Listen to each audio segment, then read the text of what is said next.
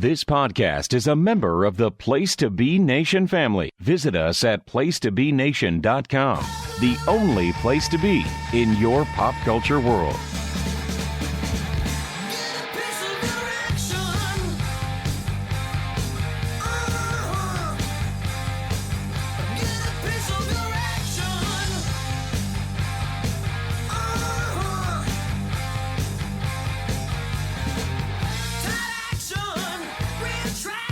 Place to Be Nation, welcome to Piece of the Action. I'm your host, Matt Souza. Thank you once again for joining me for another action movie live watch.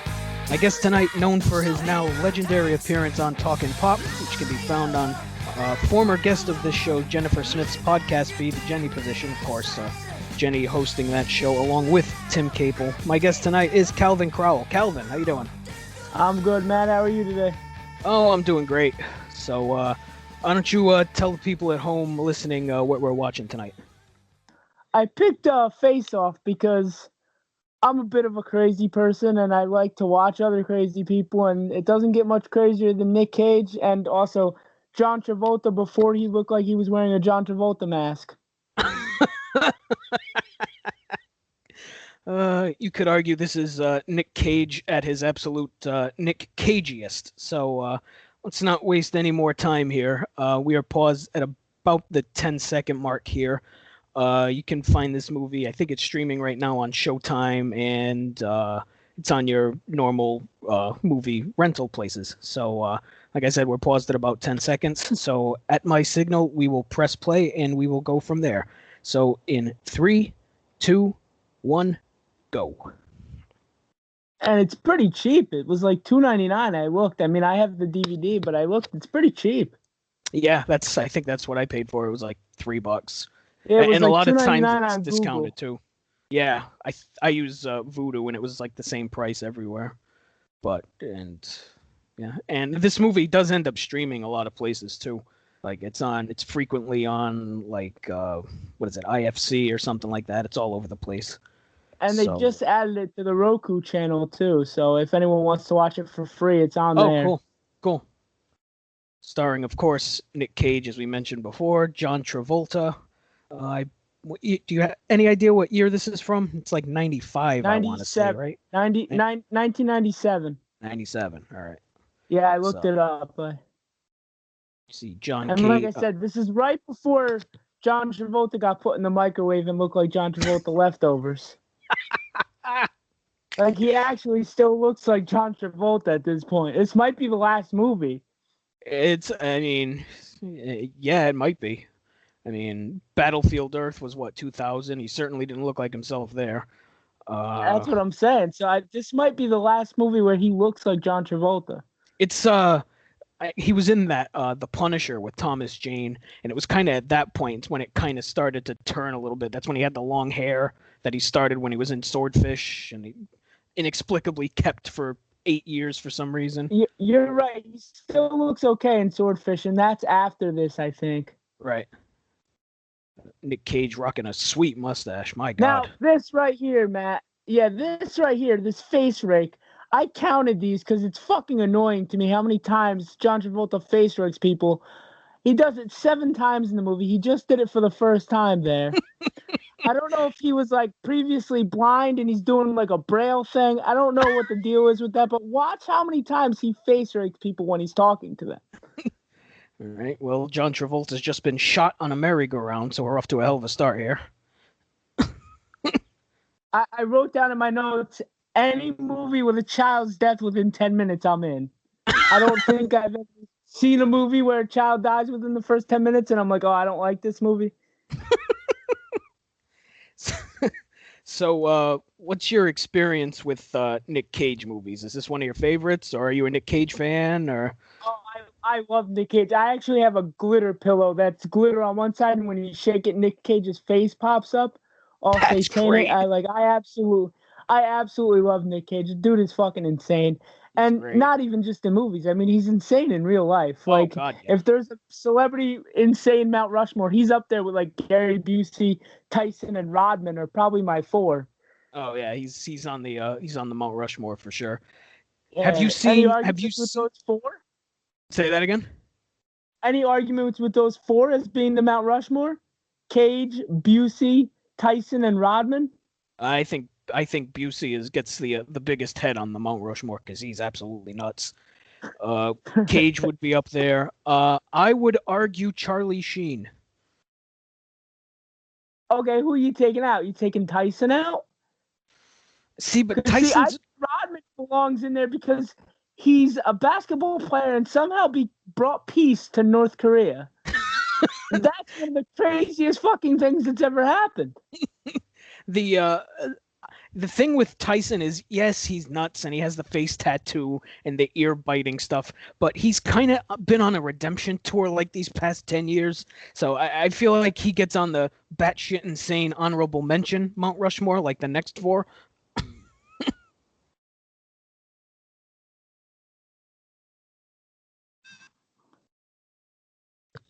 So we're staring at. If Tyson's in honorable mention, you know you're talking seriously batshit insane. Oh, for sure. Absolutely. So have you seen any of Cage's recent movies? I have not, but that one I sent you a link for that I just saw the trailer, that samurai one, that looks like peak Nic Cage. Oh, God, Holy shit. I was talking to Jenny about this. You should watch Mandy because that movie is absolutely nuts. It's from like within the past like 5 years or so. It's crazy. Nic Cage's get up here in these couple scenes is absolutely. He looks like a live action version of the lady who runs The Incredibles. What is he dressed up like? It's like some sort of priest outfit or something. And that fucking haircut, man, like. Oh, it's exactly a priest outfit. It is a priest outfit, yeah, because he's about to try to bang some lady in a church. Oh, Nic Cage never change. Watch, he's gonna start now. He's gonna start hitting on great value Ivanka Trump here in a minute. And Nic Cage is dancing around, headbanging to choir music, which is something I've never done. But out of all the shit I've done, I've never had sex in a church, which is what his main goal is here. And that's the great value Ivanka Trump I was talking about. Yeah, I can see it. He's Nic Cage creep factor going off on all cylinders here. I really think it's the haircut. I mean... Yeah, I think you're right. Not often that you look better with a porn mustache, but he did. In the beginning of this movie, he looked better with the porn mustache than that fucking haircut. Yeah, that hair is something else. Travolta rocking the 5 o'clock shadow here. It's more like a 3 o'clock shadow. It's not the full 5. When Travolta's the sane one, you know you've done something right with the character.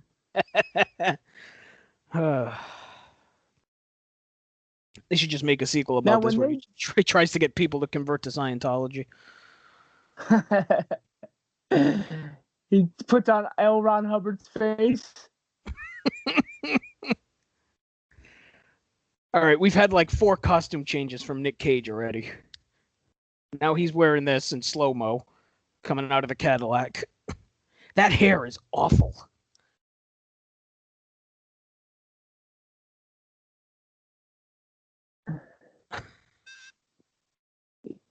Nic Cage is very much like Lady Gaga in this movie.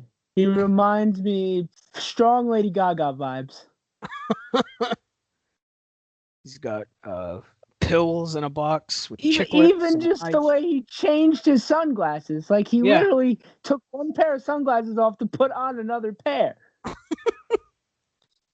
That's all he did, Matt. Now, I have a question for you about the parents here. What is wrong with the Troy parents? Because that's his brother that he's talking to now. Yep. His name is Pollux, and Nic Cage's name is Castor. What the fuck are going on? Yeah, Castor and Pollux. Now, how the hell do they come up with those names? How about, Bill or Steve, Joe? Yeah. Castor and Pollux. Well, I mean, Castor Troy is a hell of a villain name. I'll say that. Oh, I mean, it is a hell of a name. And the brother, I don't know the way he like ties his shoes and takes care of him. I think he's autistic or something. I'm not entirely sure. Yeah, I get that vibe just the way he carries himself. Yeah. But they should have went to be ultimate villain. They should have went Troy with his brother's name. There you go. His brother should be Troy. Troy. Yeah. Never seen any super villains named Joe Troy or something. Yeah, it should have went Troy just to maximum piss people off. Now, this is a hell of a pickup line here that he's going to say to this woman after he makes her sit on his lap. Now, are you familiar with this movie, or is this pickup line going to be new to you here? Oh, it's been like 10 years since I've seen this at this point, at least 10 years. So it's been a while. He said...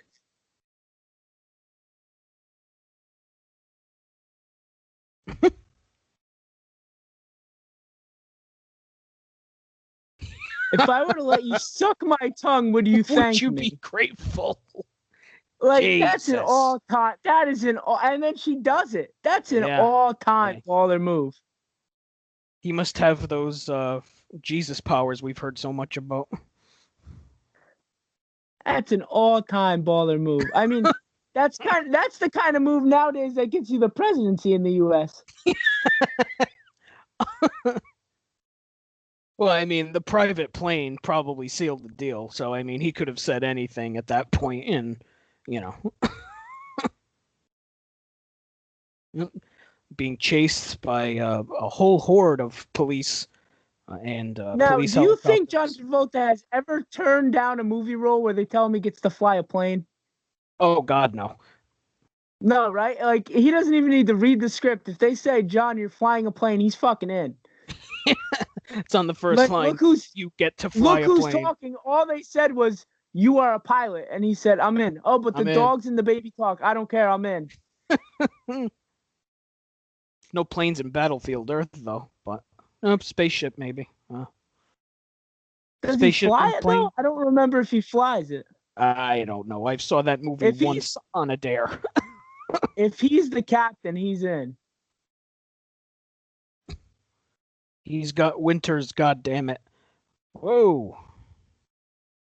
And I love the concept of this movie, the fact that they're going to switch faces so early because it leads to a peak action scene, to set it up here. Usually you get a slow build for like the real big action scene. Right. But I mean, this fight coming up is like one of the peak scenes already, and we're 10 minutes in. Yeah, right. So that's the one good thing about the concept for this movie. And Nic Cage has... Oh, God. Yeah, the first two people killed are a woman and a child, so this movie just gives no fucks. Yeah. Oh, yeah. Yeah, she's super dead. She couldn't be more dead. Shot right in the gut. And see, now he's going to fly the copter. Look how happy he is. His coworker just got shot, and he is, like, creaming himself because he gets to fly this plane. He must have it in like his tour, like a band has green M&Ms in their tour rider. Did you see the look of satisfaction on his face though when he got behind that? He got behind look the at thing. It. He's still just preening. And I gotta say, the gold fucking gun is a great touch by Cage. Oh yeah. For sure. Just shooting a pistol at a helicopter. Typical day for Castor Troy. Yeah, and the helicopter's attached to the plane. Well, it was just currently like on the tip of the plane. Yeah, the gold really adds to that gun. It just really adds to the sinisterness of it, like. And he just killed the pilot. Now, how did he not know that wasn't gonna end well? He kills his pilot, and then he's like surprised that they're about to crash into the building. Yeah. I just remembered I don't know how to fly a plane. John, get over here. He's down at the cockpit, like he's just leisurely steering it into the building. He hit a couple of buttons, see if this does anything. No, all right. And the plane has crashed into the airport hangar. It's got to be so cathartic to work on a movie like this and just get to blow shit up. Oh God, yeah. You imagine? Especially Like for you a guy just get like to wreck Travolta. everything. Yeah, you get to wreck everything. I don't know if they wreck too many planes, he might start crying. And we get more slow-mo. And we're going double gold guns now. That's one thing I do remember about this movie is there is a shit ton of slow motion stuff. Well, I really think that's a John Woo thing. If you ever seen any of his other movies, Yeah. he's just a slow motion guy. Michael Bay, kind of the same thing, except John Woo was better. Except John Woo movies are watchable. Right, exactly. Michael Bay has Transformers 1 and then nothing else. He did Armageddon. I like Armageddon. Oh, okay. I didn't know that was a Yeah, it was Michael him. Bay movie. Yeah. And he did, there's something else he did too. Oh, that was pretty good. the way his head just fucking exploded on that. Some of these effects are really out there for 97. I mean, they're like cutting edge. They really are cutting edge because a lot of this, I don't know if it's just because we're watching it in HD or what, but it does. Yeah, no, it holds up pretty well. And stuff look like they could be.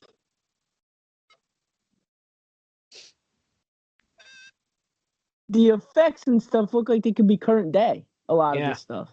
Yeah.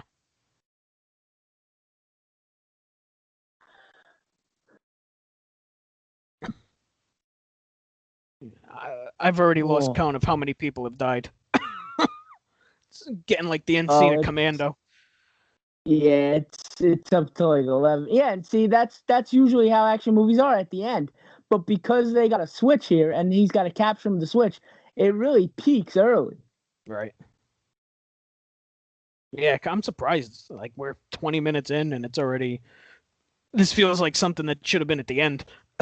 Yeah. I mean, and there is one like this at the end. Right. But I don't even think it tops this. I mean, this is an awesome scene. Yeah. More slow-mo. And what I was thinking about was like this would be a great video game. Oh, you know, God, if they released a video, I mean, this would have been an awesome video game. Yeah, for sure. That's what I think of a lot of times when I watch an action movie. Like, would it translate over to a video game? And not a terrible one. Like that Lethal Weapon game I used to play for Super Nintendo was fucking awful. Yeah. No, I never played that one. There was one for Sega that was really good. What the hell? It was like RoboCop versus Terminator or something like that. That one was pretty good. That sounds like an interesting game. I've never... Yeah.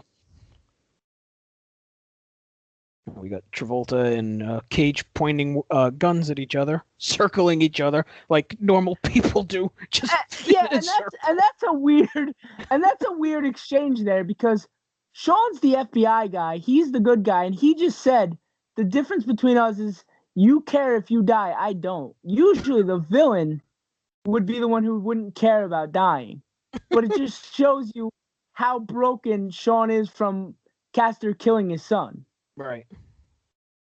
In the beginning. I mean...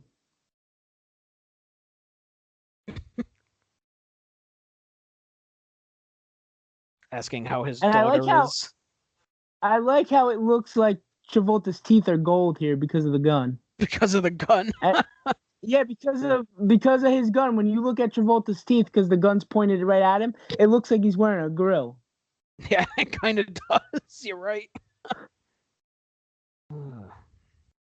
Nic Cage, he's gonna fool Mr. Travolta. I mean, I've never seen a guy this happy with a gun pointed at his head. Yeah, really. He starts singing a song. I'm ready for the big ride. Like he's like Aretha Franklin all of a sudden. He kicks him into the jet turbine, which blows him right back, and into the cage. And he's presumably hurt, perhaps dead. I believe he's comatose. Because this is where the movie gets a little. This is where the movie gets a little sci-fi. Yeah. More than action here. Because going to be taking each other's faces off, and then he's going to be a zombie for a minute. Yeah, this it gets a little weird. Surprise, surprise. The Nic Cage movie gets weird. It's like Nic Cage wrote that part. Yeah. That's what he has in his tour writer. Must take someone's face off and make it my own. He looks like he's been through hell. And now his daughter looking like a My Little Pony character or something. Looks absolutely awful. Which I need to bring up because later on in the movie, at the end, she makes a transformation and it really bothers me because traumatic shit's going to happen to her, but she's somehow going to become more normal. I want you to keep track of that, Matt. Tell me if you would be less messed up after what happens to this girl happens to her in the movie. It's a backwards character arc for her. Well, it's a Nic Cage movie. There's nothing makes sense. How did John Travolta get more 5 o'clock shadow in the 20 minutes since we last saw him? God, he looks awful. When you have to blow a guy to a jet turbine, it takes time. I guess so. It takes a toll on you, man. Jesus. His wife wants Now him he's to quit. telling his wife he's going to work a desk job because his main goal was to kill his son's killer, and that's what he believes he did here. I bet he's going to take that desk job. That's my prediction. This movie's about, oh, see, the fucking face rake again. That's so weird.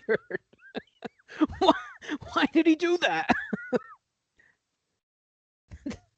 Girl, the only other time I've ever seen anyone do that is the girl in the Lionel Richie video where she makes his fucking head out of cheese. Oh, God. That's the only other time I've seen someone like constantly rub someone's face. So I don't know if the It's so weird. character was supposed to have sight issues or something before. Like I don't know why he does that. He's looking for the pull tab. What the hell is he doing? God, that's so weird.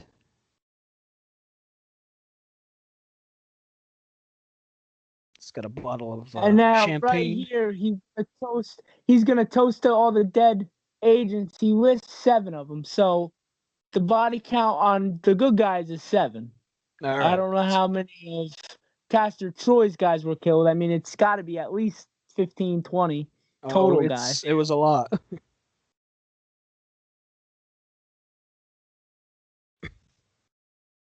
And now this is the saddest I've ever seen anyone closing the murder of their son. He closes the case, and look how sad he looks when he closes his case.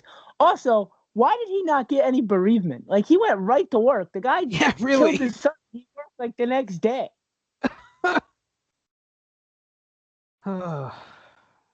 Yeah, he was just kind of right back into it. What the hell kind of name is Loomis? Sounds like a disease. They put all the names through the NXT name generator in this movie. Yeah. Loomis. Isn't he in Raven's Flock? He might be. Loomis, Pollux, Castor. The hell came up with the names for this movie? Sean is the only normal one. Jesus. All right. Now they just discovered that have a bomb in a case here. That's going to blow a city block. Yeah, it's going to blow a mile from a city block here, it says. Now this, when they find out where the bomb is, it's very interesting. I think they were watching a lot of WWE back then because when they find out that it's going to be from the LA Auditorium, so maybe Vince was wrong and that was not safer than the Rose Bowl for WrestleMania 7. He predicted the future. Yeah, he thought that was the safer location and moved it, but maybe that actually was not the safer location.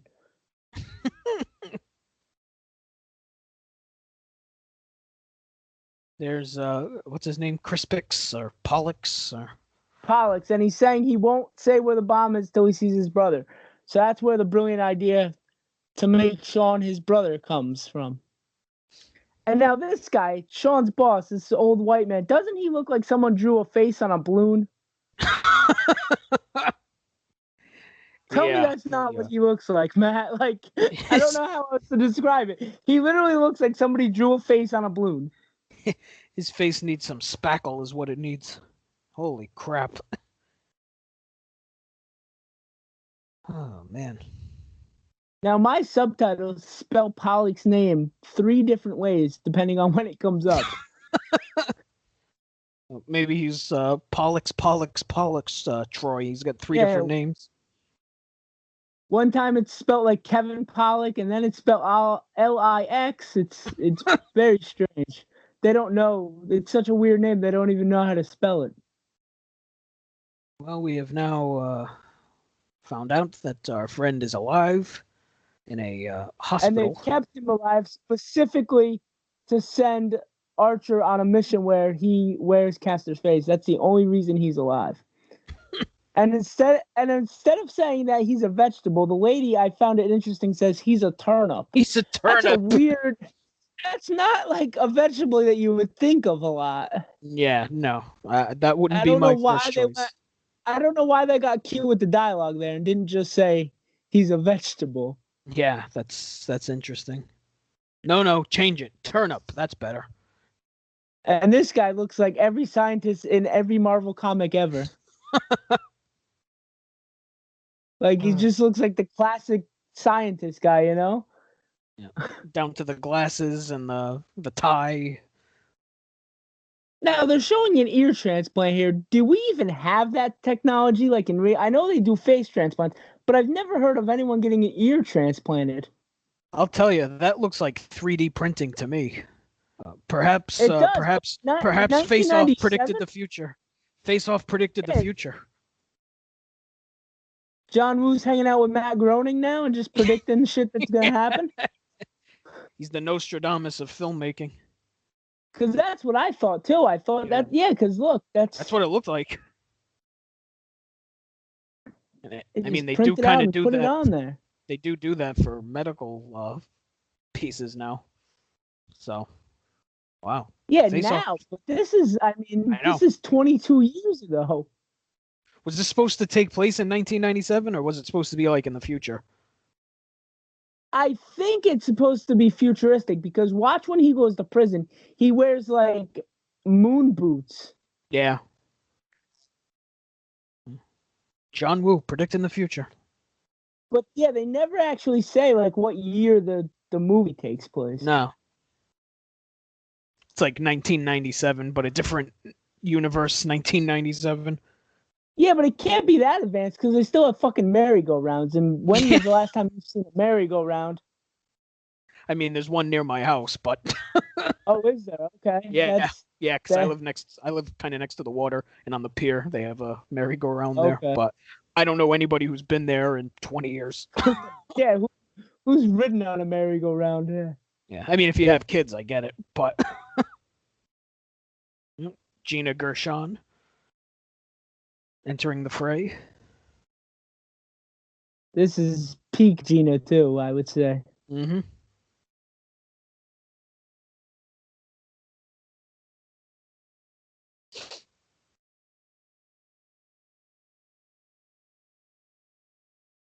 He's interrogating her for harboring Castor Troy.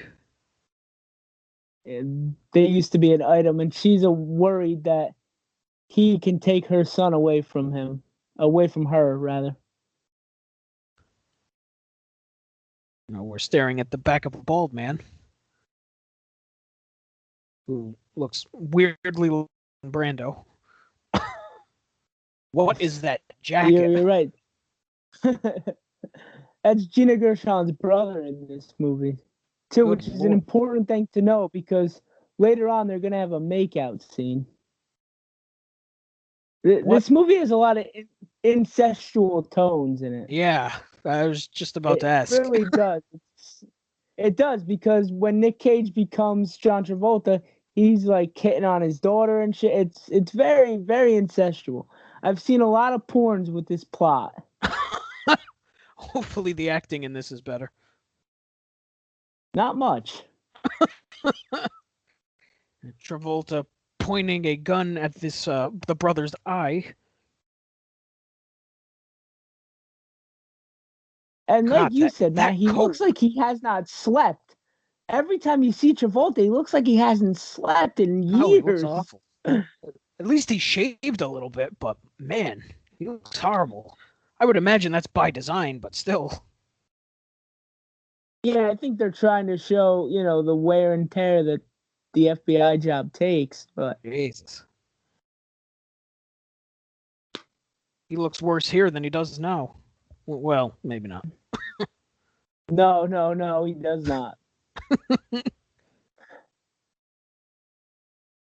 If you buy a cheap John Travolta mask from Spirit of Halloween, you would look more like John Travolta than John Travolta does now, Matt.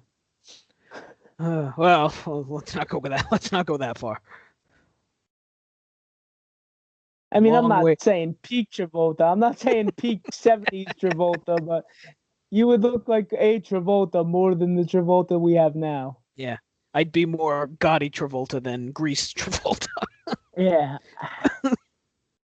But when he was in that OJ thing, I mean, he really looked like a wax figure of himself. Yeah, he did look like he escaped Madame Tussauds. He really did. I mean, speaking of wax figures, his wife looked like one in that shot. My God. Jesus. Check if his she wife has a is pulse. like the ultimate. She's like the ultimate wet blanket wife. Like, oh, it's just awful. I don't know why they do that with female characters. Like Adrian and Rocky is like this. Like, I don't know why the women in movies are like that. Oh, Adrian and Rocky is so annoying. I love those movies, but man, she, especially by Rocky But 4, it's she's like, awful. all right. Yeah, I wish Drago would be her.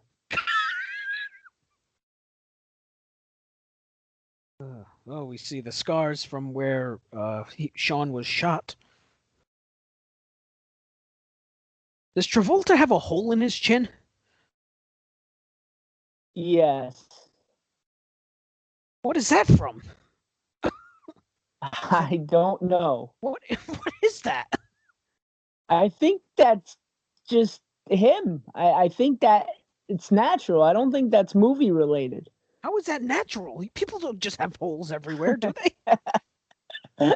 That's where the Thetans escape, Matt. That's where the Thetans escape. What the hell? He's got a hole in his chin. How has he always had that? Oh, look, she did the face rake now. What the fuck is the deal with this family? She fondled the chin hole. What's going on? What is happening? The face rake thing is so bothersome to me. Like, I don't get it. There has to be something to that, right? Face off, face raking. Maybe. I don't know. What do you think that chin hole smells like? Oh, it's in the club. I don't know if he is, but the chin hole's in the club. God, that's so... I can't stop staring at it. I've never noticed that before. Now, he just told his wife he's going on a special assignment. He's not retiring. He did not tell his wife what the assignment is. That's very important. Because it's very good to only have a little bit of people know that you're going to do something with a very, very dangerous man. Couldn't go bad at all. Just checking on the daughter. Now, the daughter in this movie bothers me for many reasons, but in certain scenes, she looks 48. In another scene, she looks like she's 12. And there, she looked like 26 there. Yeah. And later on, she looks like a little girl. It's very weird. But you're going to see later on, too, another example involving the daughter of John Woo telling the future. I'll point it out when we get there.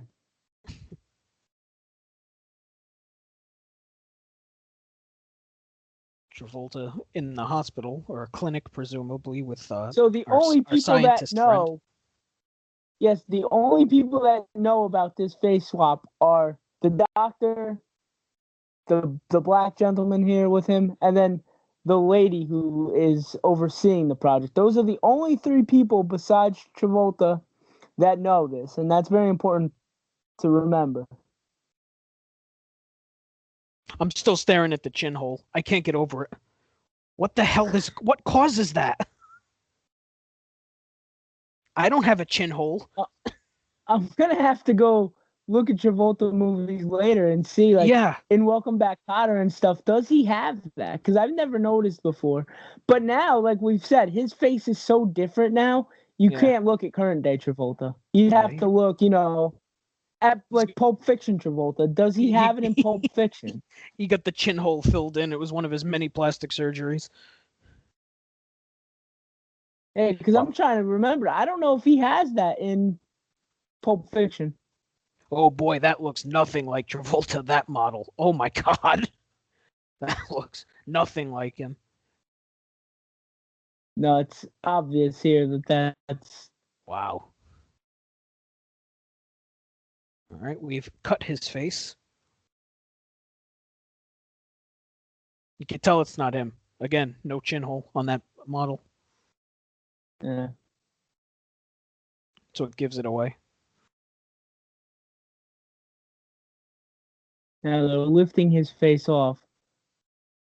Now, this vat that they put it in, as a Boston guy, Matt, do you think this is the same vat that Ted Williams' head currently resides in? Is that this is where they got the idea? Stuff that Ted's head? Yeah, is that the same kind of stuff that Ted's head is currently sitting in Florida? Yeah. It's like the blue stuff they put combs in at the barbershop. Same thing. So, Calvin, you ever have your face surgically removed and put onto another man's body? No, it's one of the few things I haven't done. Oh, well, I figured I'd ask. I mean, now was the hair lasering a big thing back in '97? Because I don't know if that technology even existed then. I mean, I know it exists now, but was... This is so absurd. Like I said, even he's like, what are we doing? Now, the way they do the voice modding, the voice changing, is they just put a chip in his throat and that's it. Yeah. But they say, like, any pressure on the throat or anything, and it will change your voice back to normal while the pressure's on your throat. And that's important to remember, because later on, he's going to try to convince his wife that he's actually himself, but he does not put pressure on his throat to change his voice back to normal, which is a stupid, stupid oversight.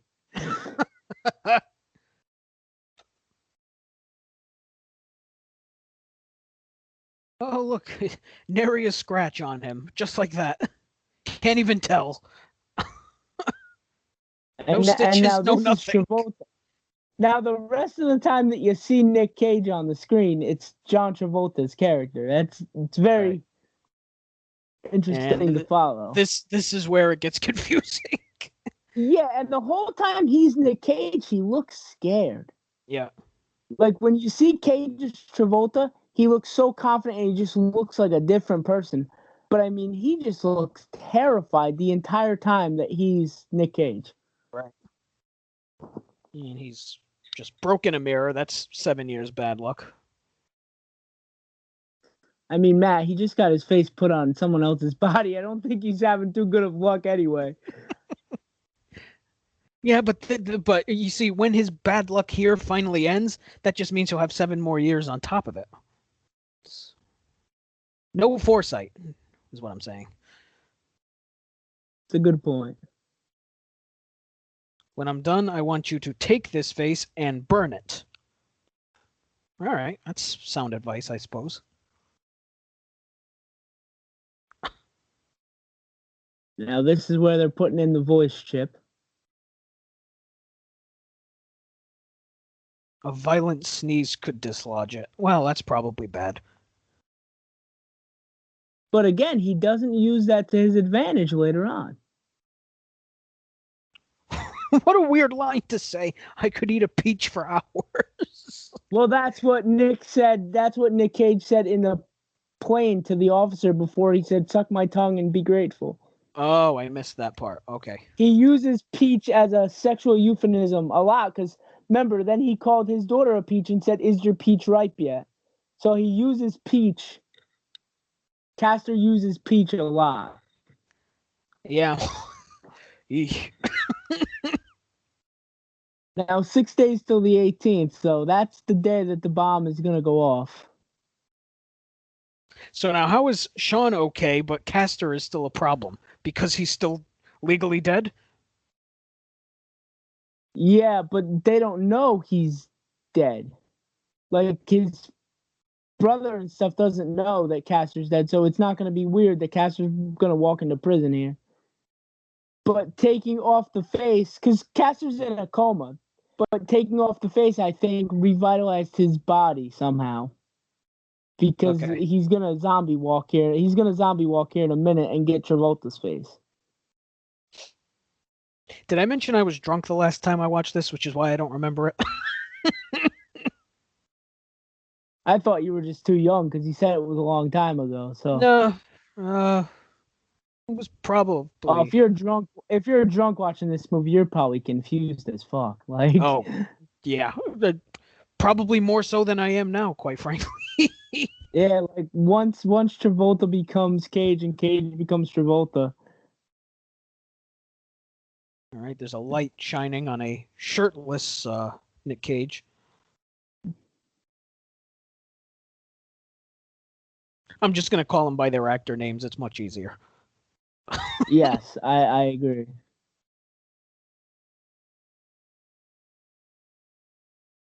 Oh, there's that character actor. He's done a bunch of stuff. That's Champ Kind from Anchorman, isn't it? Thank you. Is it? I'm pretty sure. I'm almost positive because I wrote in my notes later on. There's a scene where he drops Nic Cage from the grate to the floor, and I said, "Man, he should have said whammy there." So I'm almost positive that's David Kirchner, I believe his name is. Yeah. I'm Waiting to see if. almost positive that that's him. But now these boots that they just put on the prisoner keeps GPS on you at all times. They're like moon boots. That's why I said to you, I think this movie's in the future. Yeah, it would have to be because they didn't have that in 1997. I mean, they also weren't surgically don't have that removing now. people's.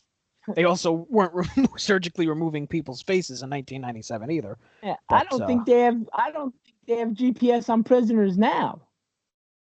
Because no, you still hear about prison escapes and stuff, I right. don't think they have GPS on prisoners like that. No, you're probably right. Yeah, those are weird. Yeah, it must be the future. And they look heavy. I mean, filming these scenes had to suck. Because don't they look just really, really heavy? Yeah, those things aren't made of plastic, that's for sure. Those look like they're aluminum or something.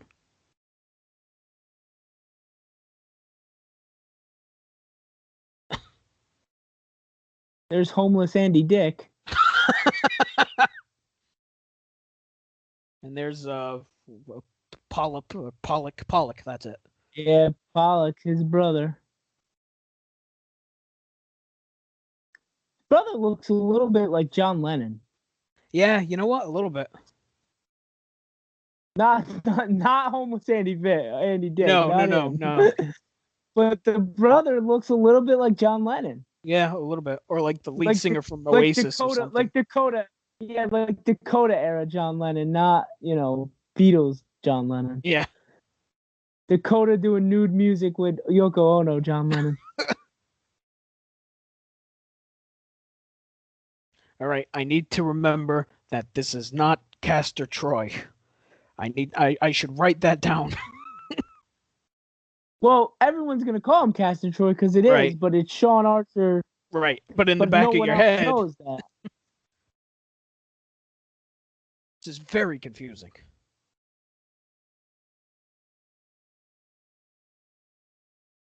Some GPS. It looks like a video game. We got a prison fight going on between Nic Cage.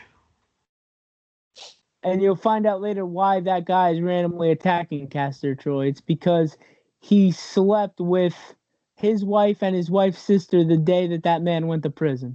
Well, that would do it. It's probably a good reason to attack someone in prison, I would suppose. And look, he nails that part because that's what Cage would look like. Like, yep.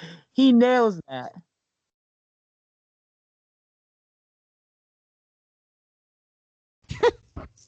Tells him to watch his fucking mouth and punches him in the face. Oh, Nic Cage. Now, if they actually got into a fight, do you think Travolta would win or Cage? Ooh. See, I think Cage is crazy enough where he'd like jump on Travolta's back and just start like biting him. That's what I thought too. I was like, he would just bite him, and Cage is that type of feisty and spunky, and we got Nic Cage hamming it up here in his Nic Cagey way.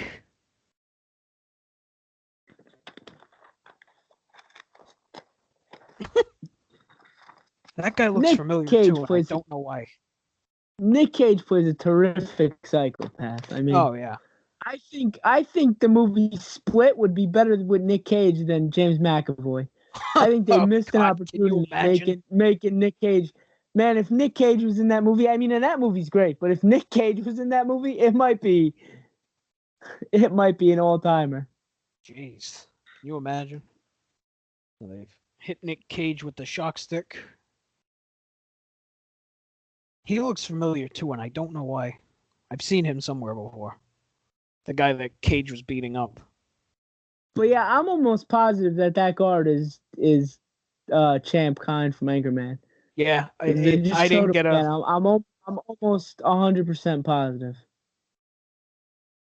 But now his monitor's beeping. He's waking up. By him, I mean Nic Cage, who's gonna be John Travolta in a minute. And he's up. Raised up like the Undertaker there. He did the Michael Myers Undertaker. Now, I assume they don't remove the eyeballs because he undoes his face covering here and he looks in a mirror and starts crying. So I guess he still has his eyeballs. I don't really. Yeah, that's a good point. And he's bleeding from his face.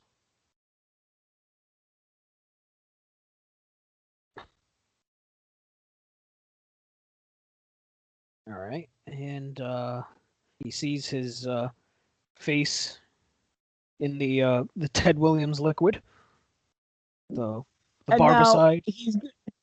He's gonna be Travolta here in a minute, and you're gonna see him driving through the neighborhood. Tell me if you don't get Jerry Maguire, Tom Cruise vibes, because I was like, man, Cage as Travolta reminds me of like Tom Cruise and Jerry Maguire. I don't know why. I feel like Tom Cruise and John Travolta kind of share that same headspace in my mind. Yeah, I agree. Now, Matt, do you have a friend that you could call and tell, hey, they switched my face, come help me? Do you have a good enough friend that you could call and they would come help you with that? Because I do not. Maybe there's something missing in my life, but I do not. I mean, I have a friend that I could say that to, but I don't know if you know this about me. I'm a bit of a sarcastic prick. So the first thing he would probably say to me is, "You're full of shit," and then he would hang up on me, and then I'd have to call him back 2 or 3 more times for him to finally figure out what the hell was going on. But I think eventually he would show up. Okay. Now he's watching his own face being removed on video here. He's watching the replay of this. While he's smoking a cigarette. How does that work? He's smoking a cigarette without a face. Well, I mean, yeah, you have to just suspend disbelief here. Jeez. I want to talk and he's taking painkillers. You get the cigarette smoke inside your face. That's probably bad. Oh, and they just showed it, and it looks pretty fucking gnarly. Well, yeah, he doesn't have a face. I know the Doctor from other movies too, and I can't place.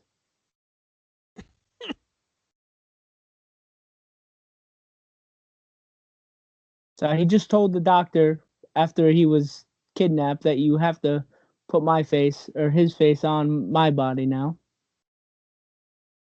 And his brother's like beating off to videos of birds here in prison.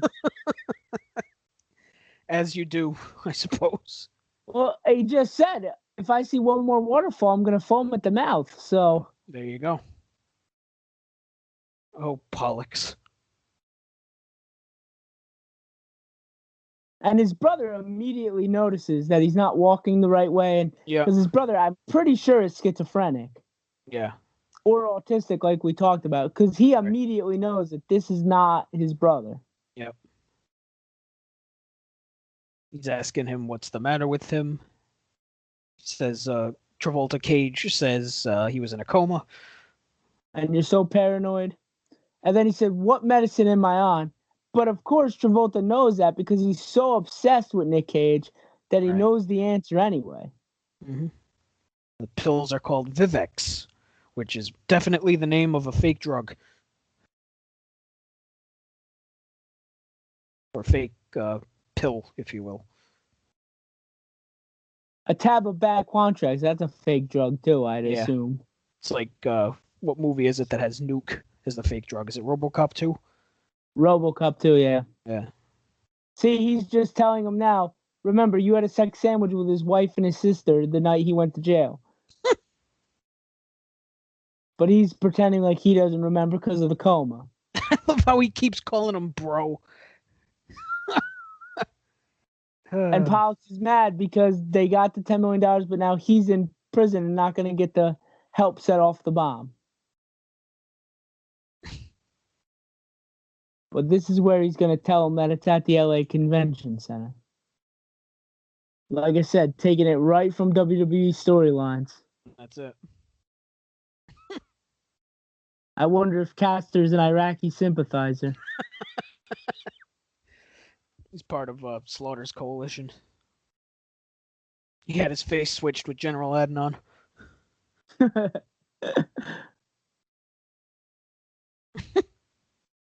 Ooh, he called him fucking pathetic. He does kind of look like John Lennon. He really does. It's the glasses and the hair. Either that or he looks... Oh, God.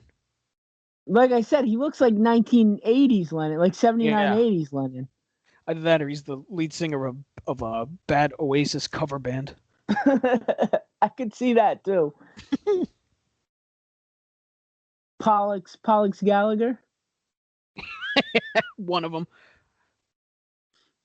What is it, Noel and Liam? Is that who they are? Liam, yeah. Is that the names? But Noel and Liam. So Pollux is not too far of a stretch. Now he's seeing himself. I mean, he's seeing now that his face is on Cage's body. I don't know how to explain it. That's why I said he's seeing himself, because I don't really... It's hard to explain here. I gotta get the cork board and the red rope. Give me a minute. Yeah, he's now seeing that his face is on Cage's body, and Cage is gonna tell him, guess what? I killed the 3 people that know about this. Why would you do something this dangerous and only 3 fucking people know about it? You don't leave a note for your wife. You don't do something. There's nothing seedy about where this is taking place either. Just some random empty room. Oh, and now Travolta gets to ham it up. Oh yeah, and he's such an arrogant prick as Travolta here. I mean, once they do the body switch, Travolta is absolutely phenomenal. The rest of this movie, I mean, he's such an arrogant prick. He's not even trying to really pretend that he's himself. No, like he changes all of his mannerisms, everything. Yep. Whereas Travolta as Cage is trying to keep the same mannerisms, the same speech. Mm-hmm. Oh, They're now showing that he set everybody on fire. Travolta's a good actor. It's just he hasn't done anything good in 20 years, you know? Yeah, this is probably the last good Travolta thing. Yeah, I'd have to think. And now he's showing him the wedding ring, saying, "I'm going to bang your wife." It's nice they were able to replicate the chin hole when they did the face swap. Yeah.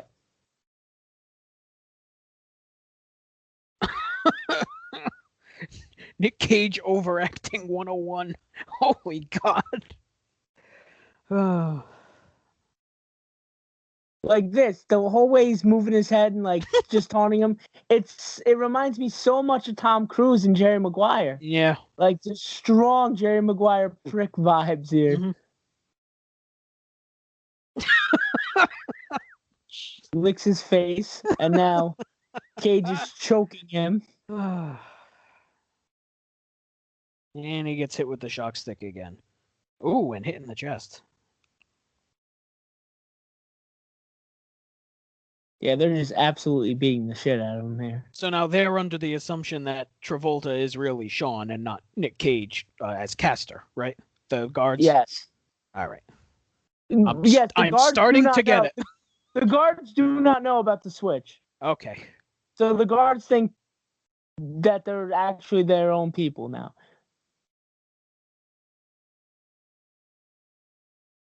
I like that he doesn't actually know where his house is until he sees the wife. Right. He drives right by the house, but then he sees his wife and knows, oh shit, that's my house.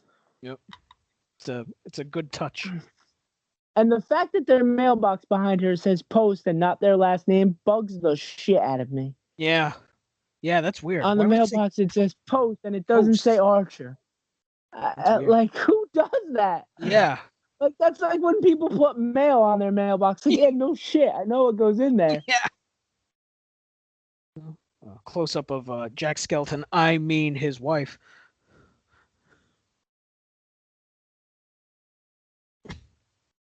Yeah, Travolta's kind of got Cage's mannerisms down here. Oh, nails them. 100% nails them. He's a way better Cage than Cage is Travolta. Yeah. I mean, it's not even close. Is his wife supposed to be older than him in this movie? I think so. I mean, she dresses like his grandmother. I was gonna say, because when the sun was shining on her face, you could kind of see the makeup that they were using to cover all the wrinkles. Yeah, and I don't know this actress like very much. Like, I don't recognize her from anything else. Oh. And she tells him there's leftovers, and he says, "No, I'm gonna stay hungry for you, my peach." Now, isn't that weird? Because I don't think he's probably ever called her peach before like that. Yeah, that would set off a red flag to me. Yeah, it's weird. Like, your husband comes home all of a sudden and just acts totally, totally different. If I come home wearing a different shirt than I wore in the morning, my girlfriend freaks out. He's going to use completely different language and body language and everything, and she's not going to notice anything. You've never called me a peach before. And where did you get that chin hole? That would just automatically start an argument. Who have you been calling a peach that you brought it to me now? Like, they don't get women when they're doing this movie. They write women very poorly. Yeah. Now, he just found out that he hasn't had sex with his wife in 2 months, and he says he's a loser. Now, this is going to get creepy incest vibes here. Now, Calvin, you are absolutely right. How old is this daughter supposed to be? Like 16 years old, and she's in her underwear, and he is like leering at her. A lot of porn starts like this. A lot of not my stepdaughter porn starts. And then exactly that scene from before when he tucked her in, she looked like she was in her 30s. Yes, that's what I'm saying. And here she looks young. It's so what the hell is this movie? We're discovering a lot of things here. Travolta's chin hole. How creepy is this scene here? Like, I mean, he's so creepy. Yeah. And now here's something. He doesn't smoke. Travolta doesn't smoke, but Cage does. So Cage with Travolta's face is going to smoke. We've discovered a lot of things during this watch. The Travolta chin hole, the daughter who can change her age on a whim, apparently. The wife who's at least 20 years older than she's supposed to be. The fact that they predicted 3D printing. They predicted 3D printing and GPS and tracking. My God, we've discovered a lot, and we're barely an hour into this movie. Is this the greatest? Is this the greatest movie of all time? It's close. He's rocking back and forth like old Braves pitching coach Leo Mazzoni here.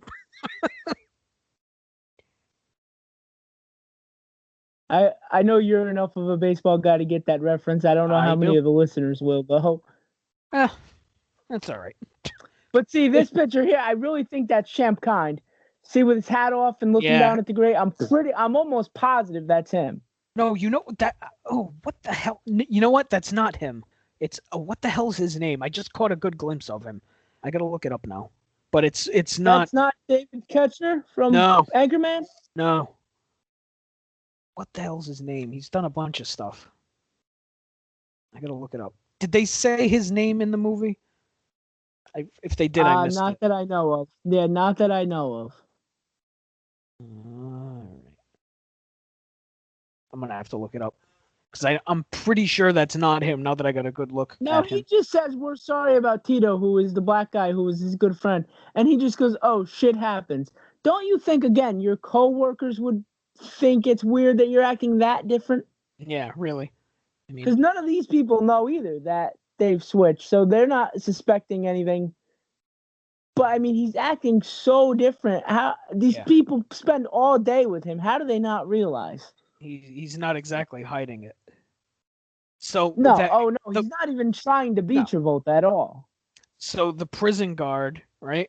His name is John Carroll Lynch, and I knew I had seen him somewhere before. He was the guy who played the clown in American Horror Story. Oh, okay. And now see his brother His brother immediately knows from the way he walked in that is Castor. He knows it immediately. And he's telling him now because he turned off the mic in the interrogation room. And he's telling him, make it seem like you gave me something. Tell me where the bomb is, blah, blah, blah, even though he already knows where the bomb is to make it look good. That's right. He was also Drew Carey's brother on the Drew Carey show. I knew I had seen him. That's where I know him from, yes. Yep. He marries Mimi, right? I believe so. By the end of I think he does. And he's like that's a show I need to rewatch. Yeah, I believe he's a cross-dresser and he marries Mimi. But yes, that show's not streaming anywhere. I know. There was a local over-the-air channel with antenna that we get here that used to show it like late at night. It was called like Laugh TV or something like that. Okay. And they used to show it at night. The police are going to the LA Convention Center to get this bomb. And the bomb squad cannot figure out how to disarm it. Time is ticking. That toolbox looked like it was made from Play School. But Travolta's going to just say, get out of here and turn it off because he's that badass. Even his facial expressions are different from when he was himself. Oh, yeah, he looks like Nic Cage. Like somehow, I don't know how to explain that because he's John Travolta, but he just exudes Nic Cage-ness. Yeah, it's pretty good. Like I said, Travolta as Cage is just scared. It's but Travolta absolutely nails it. Yeah. He's dead. And he's is great. Yeah, he's a very Joker-esque villain. Dancing and singing. You know what I mean? Like, he reminds me of the Joker a lot. Mm-hmm. I don't know if that's the vibe they were going for, but I think they nailed it if they were. Yeah. And there's a woman that comes out and shows her tits and says, "Woo, you disarmed me." Well, at least we've moved on from nature videos at the prison. They're watching CNN now.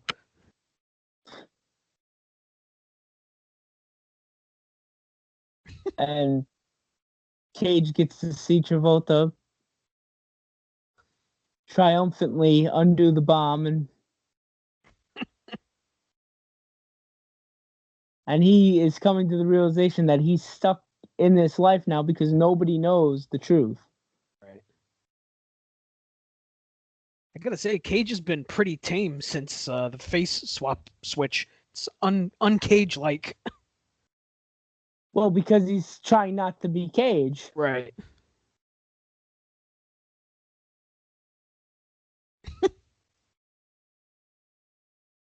Whereas Travolta loves that he gets to act like Nic Cage.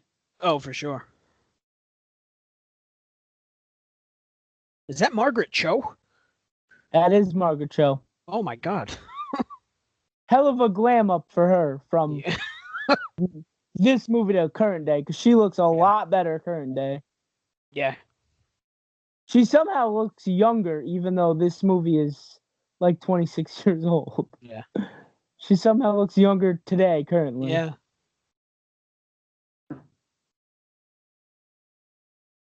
Some people age like wine. And some people age like milk. Yes. Travolta has aged like milk. Well, he had some help with that. He needs better doctors. The White House on line 1.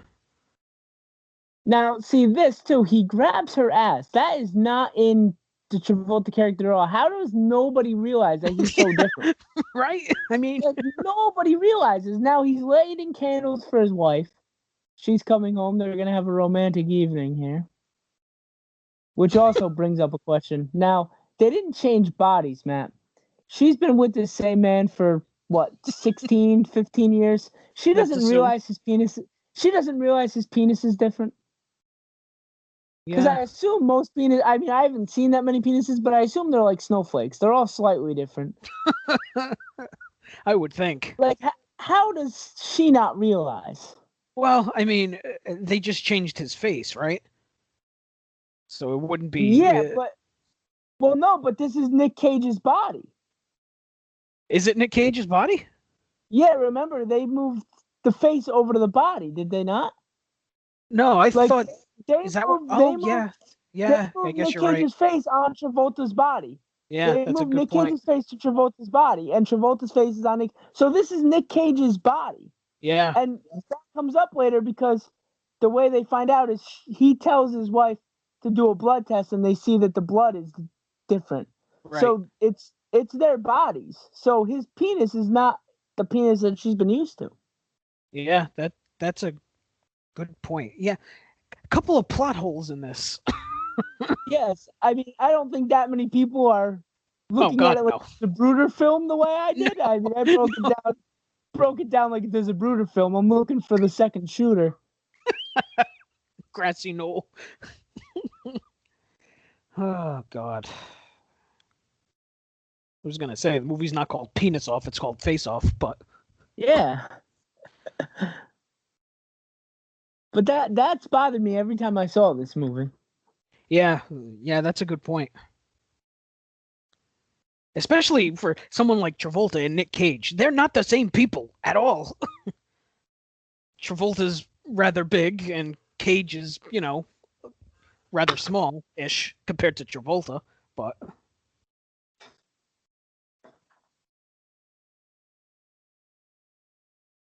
if he's getting exercise, he's being let out of the cell. Is that the exercise just rolling around the room? Yep. Is that what's his name? Aaron Eckhart, the homeless Andy Dick? Kind of looks like him.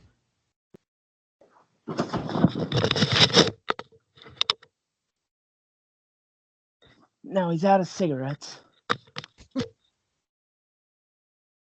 And he's gonna just beat up the guard. It's his plan to get out of here. And we've got ourselves another prison riot here.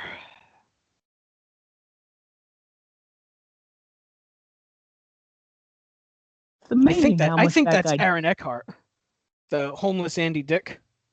Yes, I think you're correct. It looks if it's not, it's an incredible lookalike. If not, it looks just like him.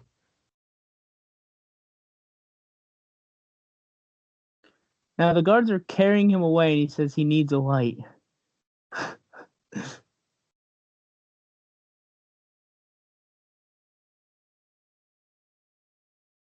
That poor bastard getting shock treatment. Jesus. And I assume he's been getting that ever since their fight, like a day and a half ago. Because that's the guy that got into a fight with him. Right. That guy, I want to say he was in some show, that guy that was just getting the shock treatment, because he looks super familiar to me, too.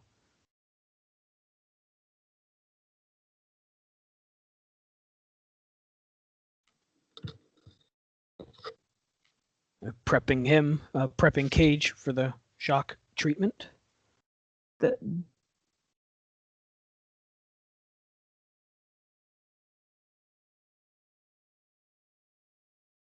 Taking the boots off, that's very important, because now there's no GPS tracking on him. There's no GPS tracking on him. You don't want to kill the guy. You just want to harm the brain, you see.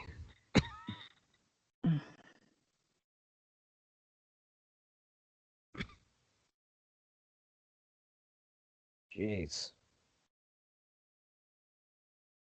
And now they're assaulting the prison guards. And escaping. Oh, jeez.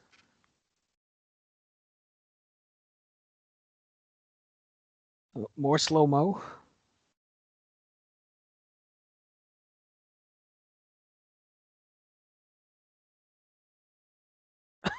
Everything's exploding. And Travolta, whether he's Travolta or Cage as he is here, is the only one in the whole movie that has any kind of good aim with a gun. Nobody else hits anybody, and he almost hits somebody every time he fires. Yeah. He is an expert marksman. All right, we're just going to throw sulfuric acid at somebody and shoot it. That's probably bad. And instantly caught on fire. Oh, God.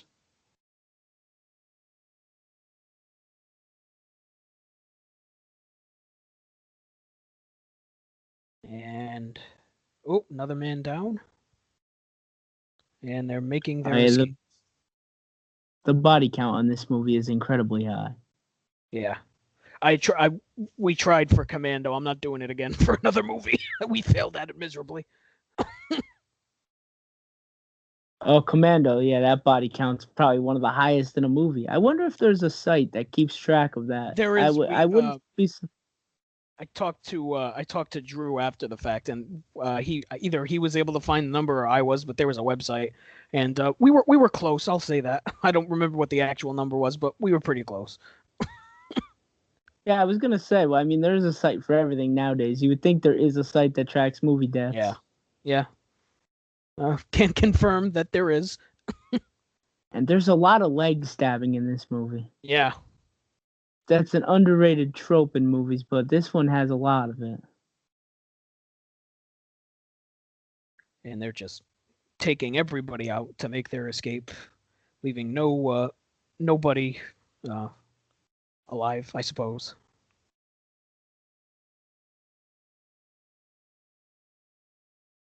Oh, he's been shot. And, oh, maybe not.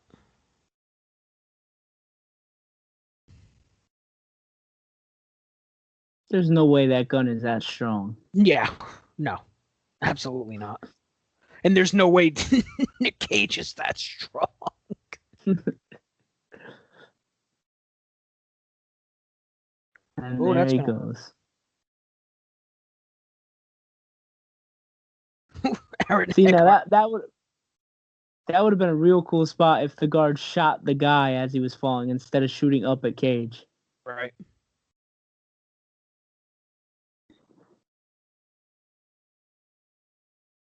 And the prison riot continues, and Cage is out.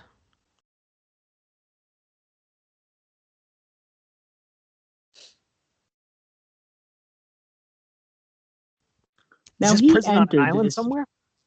Well, remember, he entered this way from the cop helipad. So what did he think was going to happen when he got up there? He thought a helicopter was going to be waiting for him? Like, nobody knows that he's Sean Archer. I don't know what his end game was here. Just go for a swim. It's like Alcatraz.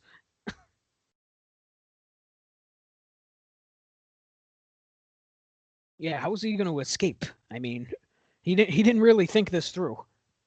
No, he did not. He was hoping for an opportunity to come his way.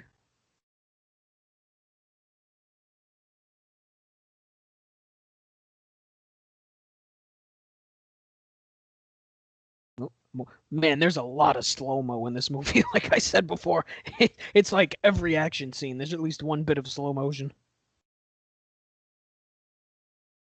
Yeah, I haven't seen too many other John Woo movies, maybe one or two other, but I think that's a big John Woo trope. Like, I think he just does that. And Cage jumps into the water. A 7.6 from the East German judge on that dive.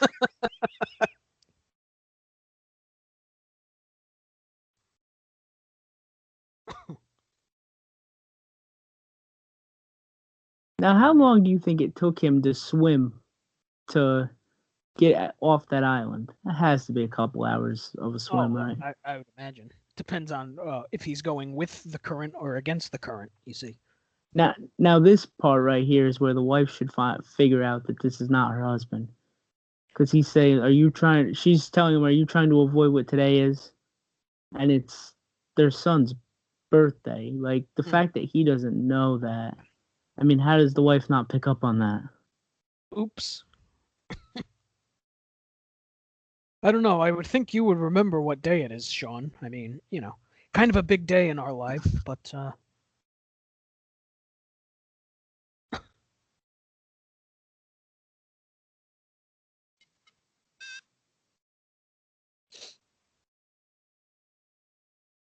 they're visiting the gravesite of the son here. That little kid had some eclectic interest, a shark and a truck.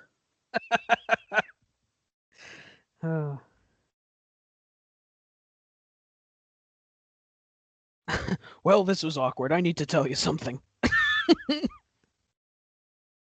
You're not going to believe this, but But again, the fact that he's suddenly not that upset about his son's death, doesn't that tell you something? You would think. Apparently, for the second time in this movie, Castor Troy is dead. And he says, where's the body? I want to see the body. And it has not been recovered yet. Don't you yell at Margaret Cho. She's very nice.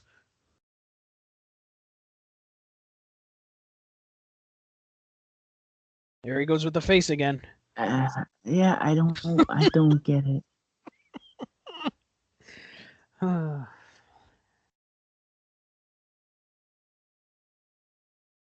And now Nic Cage has arrived barefoot in a prison uniform. Yeah, nothing suspicious in a crowded public restaurant.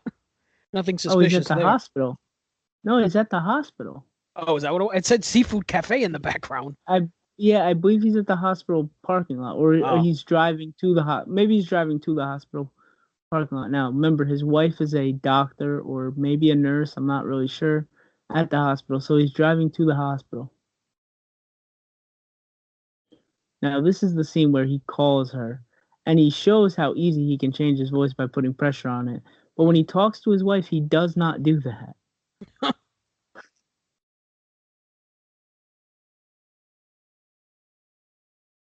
Now, she's got a phone call, and it's...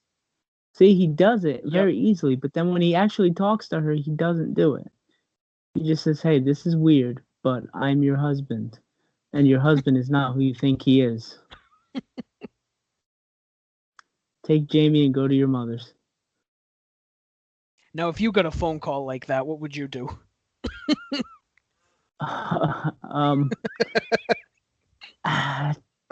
I would not act so cavalier about it as she did. Yeah, really.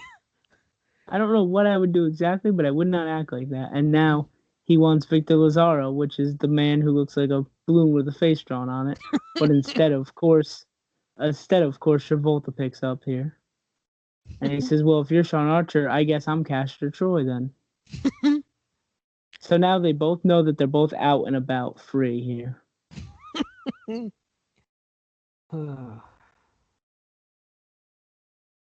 Radio bulletin is playing, saying that you're looking for a man. extremely dangerous. And remember, he's still wearing the prison jumpsuit, so I mean, Yeah. very inconspicuous here. And he's driving was that car gold? The car he's driving, it's not exactly hiding in plain sight driving a gold car. A gold Volvo. There's this guy, another fancy jacket. At least that's a nice jacket this time. And his name is Dietrich. I mean, another just terrible name. Yeah, I think he borrowed MC Hammer's wardrobe. Looks kind of like Boss Rutan. Yes, he does. I wouldn't want this guy to liver kick me either, so. No, thank you. You look like you just fucked your mother. What a line. Oh my God. It's a great line. Holy shit. How would one know what one looks like after they do that? Yeah, that's let's not figure that out. Well, let's not find that out, I guess I should say.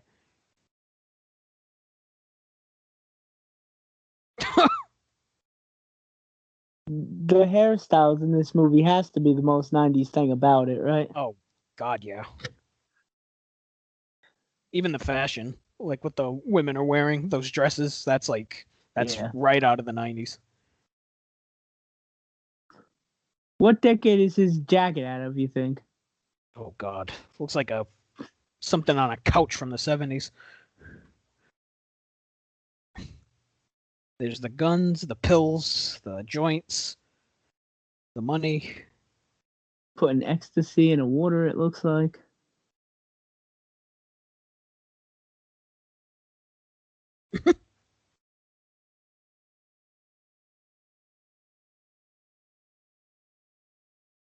Was wearing two earrings in the same ear ever in? Because he's got two earrings in one ear. Like, not in different spots either. Right on the lobe. Like, right next to each other. Was that ever in? Hoop earrings like he's got, I don't know. But I know, like, stud earrings. I had friends who had, like, 3 in one earlobe and 3 in another one. And, like, all in a line like that. But with studs, not with hoops like he's got. Okay. So, I don't know if it was ever in, but I mean, I knew people. But it was a thing people did. Okay. Yeah.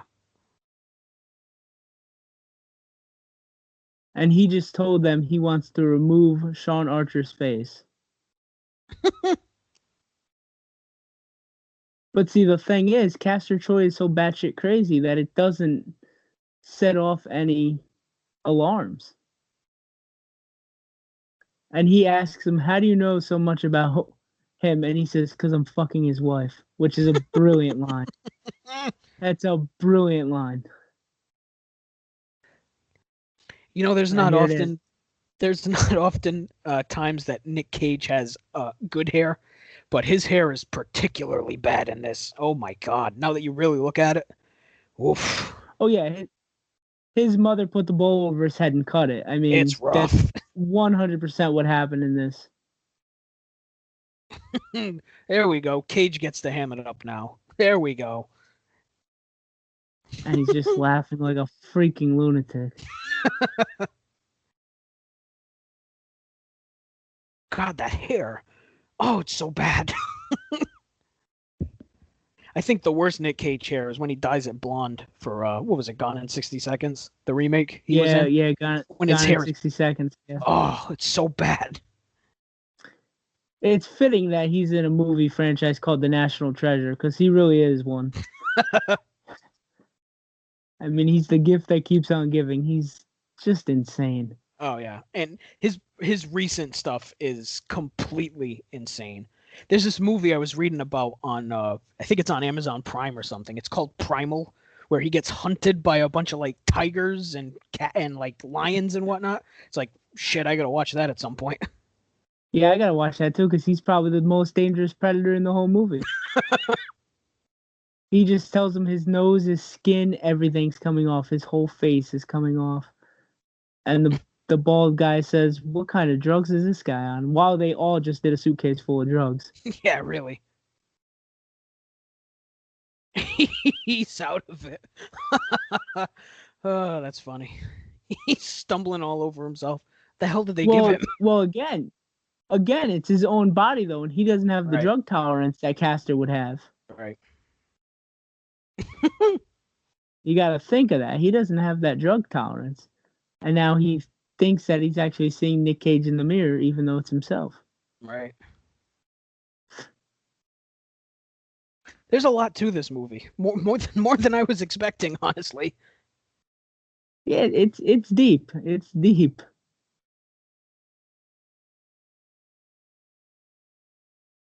It really is a good movie, though. I mean, it really is. And now his former love interest is coming back here. Man, his facials, he would have made a great wrestler. Yeah, really. Like, his facials are freaking great, man. Yeah.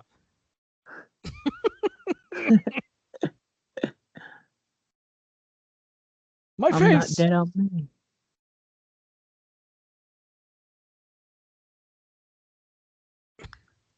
And now Travolta's saying once they get the protection of the FBI, they can do whatever the hell they want. He'll get his freaking face back, which is the most important thing. Yes, because he's ugly now. Now here is the part I said John Woo tells the future. Danny Masterson tries to rape this girl here. That was probably his that was his first time, I'm assuming. That was the first tell. Yeah. So see, he told the future about Danny Masterson too. And magically the daughter has changed her age again to I don't know, 18, 37. 19. Jesus. Shapeshifter. And he's just absolutely beating the shit out of Danny Masterson. He probably had it coming. Well, not probably. He did. She looks like 1984 Cyndi Lauper here. Debbie with Harry. That hair and that makeup. Debbie Harry like, from just Blondie. Awful. Just absolutely awful. Was that still a look in 1997? That style? It's a look for angsty teenage girls, I guess. I wouldn't know. I was 6. This is a great line. Dress up like Halloween characters and ghouls are going to try to get into your pants. That's a great line. That's an absolutely terrific line.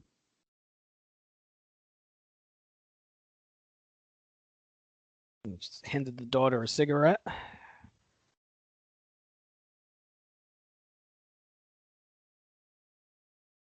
Now he says you haven't been the same since Mike died, which is her brother. Now that's important to remember because apparently her brother's very important to her and all that, and it's changed her whole life. But at the end of the movie, she certainly replaces him very quickly. Now he's giving her a knife just in case anyone tries to switchblade. Just in case anyone tries to rape her again, and he tells her stick it in the leg and twist.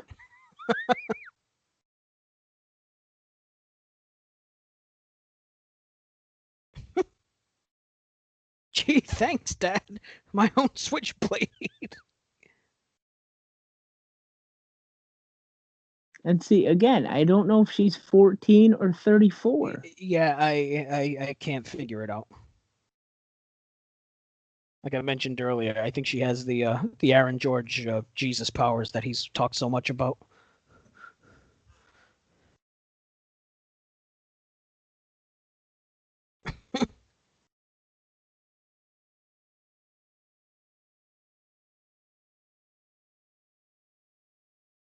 Cage is paranoid. He's pointing a gun at Gina Gershon. He doesn't remember why he woke up there in the leopard print sheets or something. The leopard print sheets or something. Really adds to the scene. And he's got his haircut is the haircut of any Amish person ever. Like, now she's taking his pants off. Well, now Nic Cage is couldn't be a Nic Cage movie without him being pantsless at one point. After all this time, you expect me to jump on you, and now she's jumping on him. They've been romantically involved before. So again, if she gets down to his penis, she's gonna notice, right? Like, one of these women have to notice. You would think. And now Pollux is telling his brother that he thinks Archer's enjoying his life because he sees him hooking up with this woman.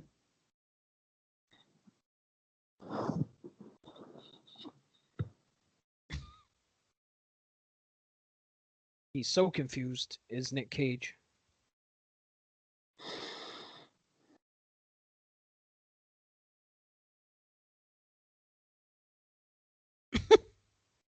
It's so weird seeing Cage try and do Travolta. It just doesn't work for him. No, but Travolta is so good as Cage, though. Right. It's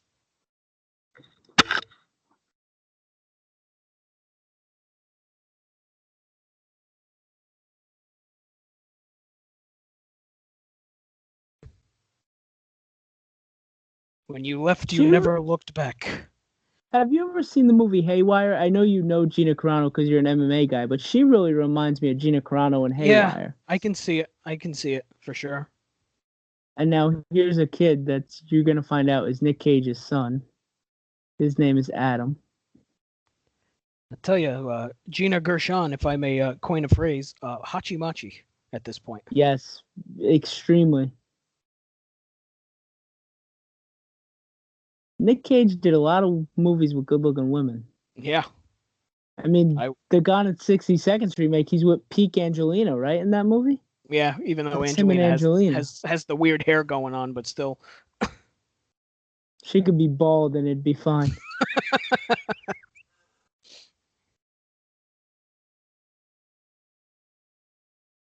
The FBI storming the apartment. Guns cocked, pointed. And remember, we got 48 minutes left in this movie. So, again, another climactic battle scene coming up here. How does the son have better hair than... How does the son have better hair than Nic Cage does? He just found out he has a 5-year-old. And that boy is really familiar, too. I don't know what child actor that is. I didn't catch who it was. I don't know who it is either, but he looks really familiar. Yeah. Yeah, he kind of does. He's probably some character actor or something now. I thought maybe it was Cole and Dylan Sprouse because they're probably around the same age when they do Big Daddy, right? And again, the face rake. Yeah, that has to be intentional. They do it so many times it can't not be. Yeah, I don't know what the significance of it is. And now he just called him by his son's name instead of Adam, which is his name. So Gina Gershon is weirded out because he's calling him Michael when his son's name is Adam. Well, rightfully so. Oh, yeah. And shots fired.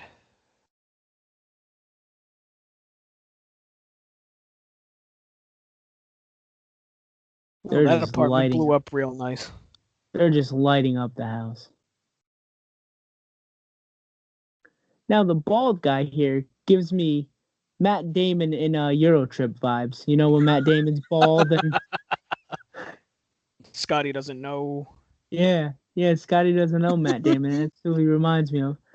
The kid starts putting on Somewhere Over the Rainbow and all of a sudden just feels better. No, that's the song that's playing in his headphones.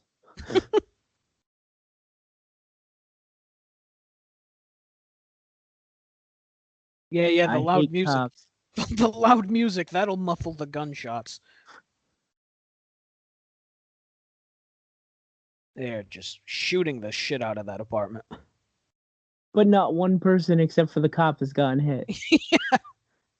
Like, that's trick. My point. The aiming of the police in this movie is absolutely god-awful. Ooh, that cop got it good. Jeez. And now you gotta think, what is he feeling? Because these are his buddies that are dying. These are his cop friends that are dying right in front of him. Right. That's a big John Woo thing too, I think. Like people diving over tables like that, like he just did. Yeah. I think that's a pretty big John Woo thing.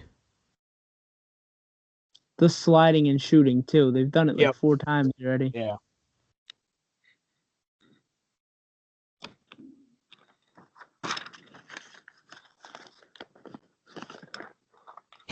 Cage just karate kicks the cop out of a window.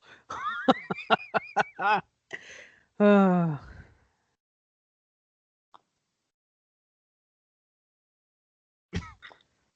this is a great like battle montage here. They don't do montages anymore No. really in movies. No. This is an excellent one though. More diving through glass windows. Be careful with them. There's only gunfire going off, but be careful. Passing the kid up to his uncle, and remember that's his uncle. So when he starts making out with Gina Gershon here in a minute, it's a little weird because it's his sister.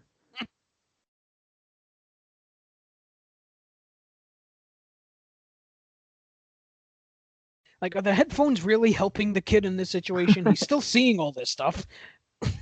Yeah, but he's blissfully happy. I mean, when you look at the kid, he's blissfully happy, man. Look at him. Somewhere Over the Rainbow is a good soundtrack to all the murder happening. Jesus. Someday I'll wish upon a star, and I thought the kid had a gun when he was picking his hand up.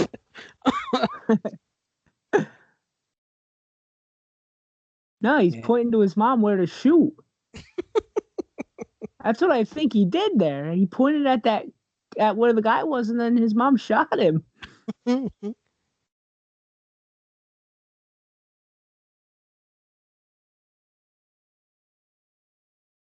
they make their escape to Adam and Gina. Oh, maybe not.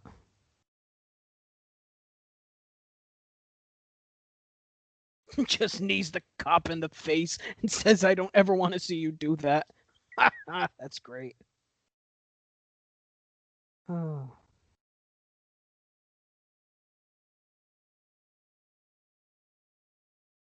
Now he's about to shoot the cop, but then he sees that he knows who it is, and he will not shoot him.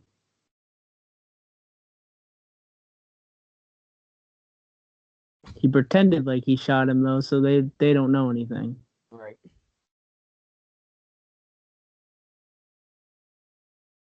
And now here comes Travolta, slowly walking down the stairs.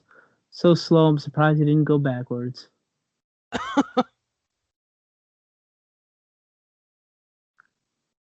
Like, I feel if I walked downstairs that quick, or that slow, I'd probably trip. Oh, God, yeah. Yeah, I never walk downstairs slow. I can't do it. No, I mean, and he walked down them so slow.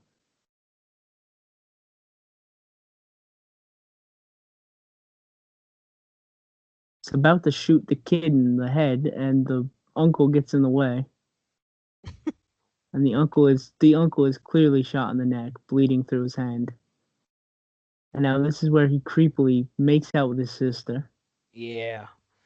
Yeah.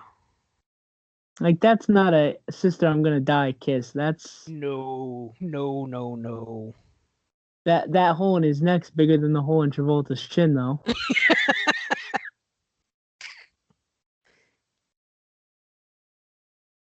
Yes, but you see, that hole was made. The Travolta one, I think, just happened at some point. There's a difference between a bullet hole and whatever that hole Travolta's has. Yeah, I'm gonna do a Travolta deep dive and see, like, is it in Grease? Is it in Saturday Night Fever? I'm gonna pinpoint the origins of this hole. And now we have a standoff in between a pane of glass. It's in front of a mirror, so it's a face-off, if you will. Oh. Because they're gonna look in the mirror at themselves, which is actually at each other. If that makes any sense, which I know it doesn't. I feel like I'm drunk and I'm as sober as a judge. Yeah. The face-off experience. Let's just kill each other. There's a line. And I like how that's plan B. Right.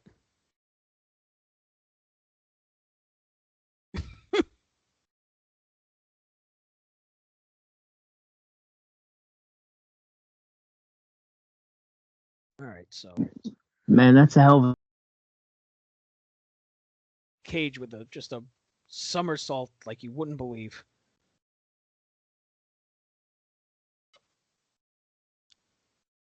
A lot of good explosions in this movie too. Oh yeah, yeah. And they're not like, I mean, there's a lot of them, but they're not gratuitous. You know, they all No, fit. and they're not fake looking either. No, There's and that's the problem with Michael Bay. Michael Bay's right, always looks fake. right. There's Publix on top of the or Pollock on top of the roof. Nic Cage coming to meet him.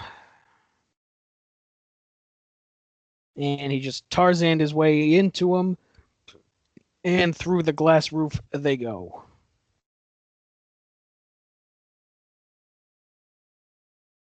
Oh, that's a big fall. That's going to hurt. Ooh, a second glass roof. Oh, right in front of his brother. Travolta just staring at the carnage. Oh yeah, he's dead. He's very dead. And now he's looking very, very upset, which is weird because that's supposed to be his enemy's brother. Right. And now he's making out with his gun, which I don't really understand why that is his source of comfort. He's rubbing the gun all over his face. It's very upsetting. And his coworker just said, "Why are you so upset? It's just Polly Troy." And Ooh, Travolta killed him. Yeah. And that's what you get for asking questions, apparently. And now this is a great callback because remember at the tarmac in the beginning, he ties his shoe. Yep. I love little touches like that. Yeah.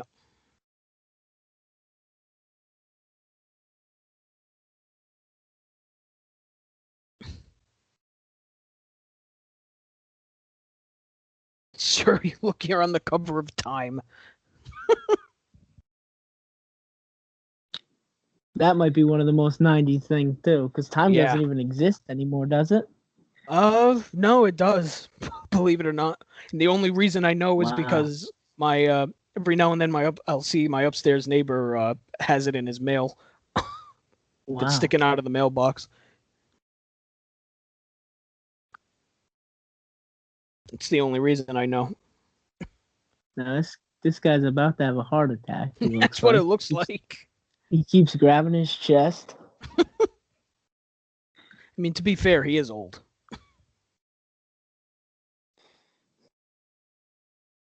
And see, he's starting to get the sense that might not be who he says he is. I would hope so. I mean, geez, it's been long enough. And they just killed like half of his staff plus a bunch of bad guys. Yeah.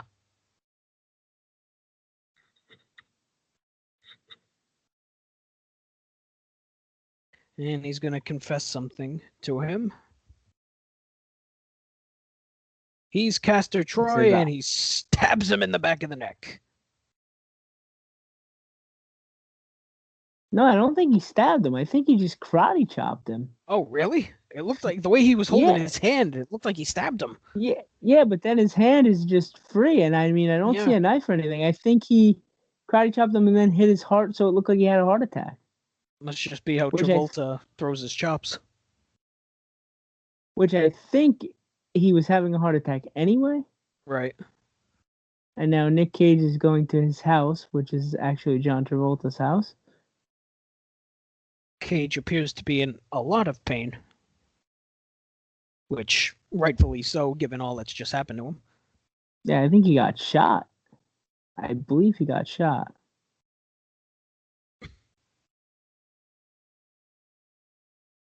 Cage putting his acting chops to the test here.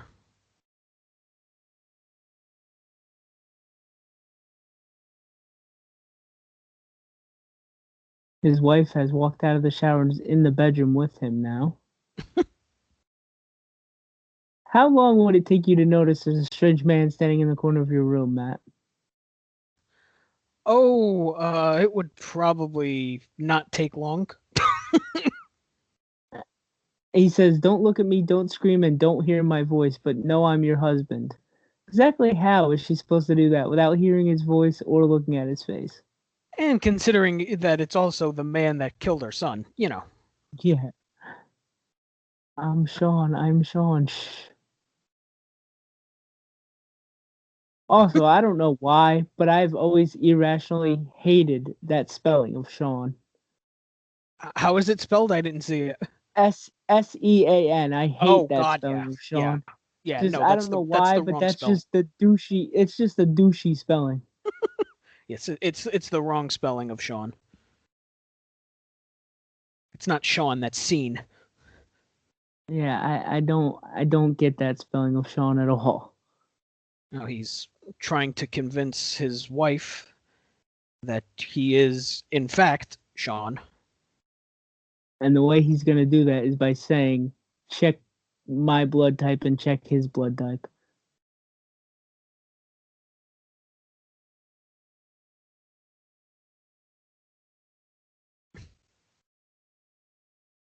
He's continuing to explain everything. Peak Nic Cage here too with the Oh, facials. I yep. mean, he really is great with the facials. Now he's going to face rake the picture of his son just because face raking doesn't do it enough. And now he's face raking his own face, and he punches the picture frame. Well, that'll help ease the tension.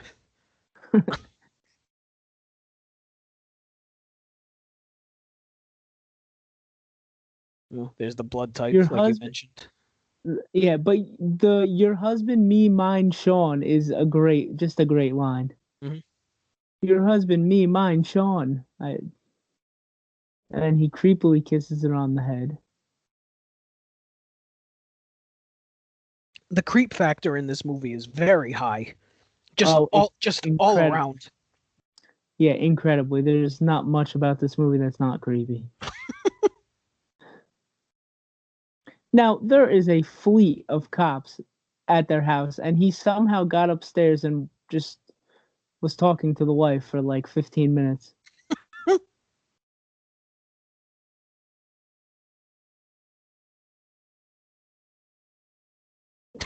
Travolta walking around very much like a predator here. Yeah, a little bit. And now he says, "I got a confession to make, Eve," just like he did with his boss. So you think something's going to happen here. Because he said the exact same thing. You're not going to like it.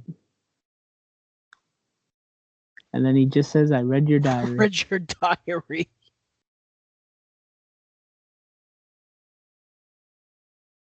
At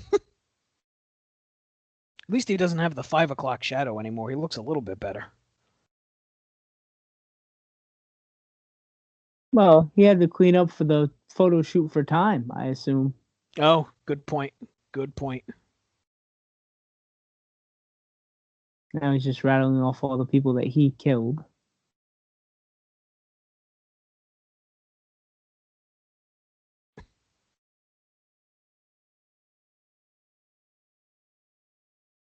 Says you're the only family I've got. How about the daughter?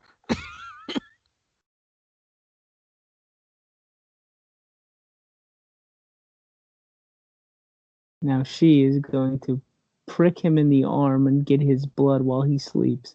I don't know if that would work. I don't know if that would work for me.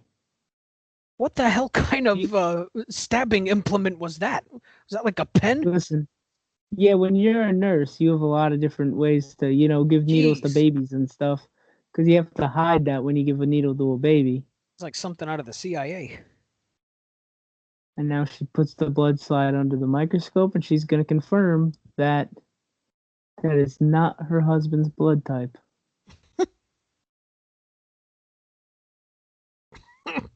And sure enough, it is not. So now, and then creepily in the corner is the kid. Uh, This movie's very creepy, and that might be the creepiest scene. He just is in that waiting room of the hospital, just in the blood lab. And then The she points a security- gun at him. Shouldn't you, in theory, know that's your husband now? I took it from my fake husband. That's where I got the gun. This movie's deep. She says, "Do I know you're Sean? Maybe Sean's already dead." Oh my God, another Oh, face rake. But that's how she knows, because nobody else is stupid enough to keep face raking people.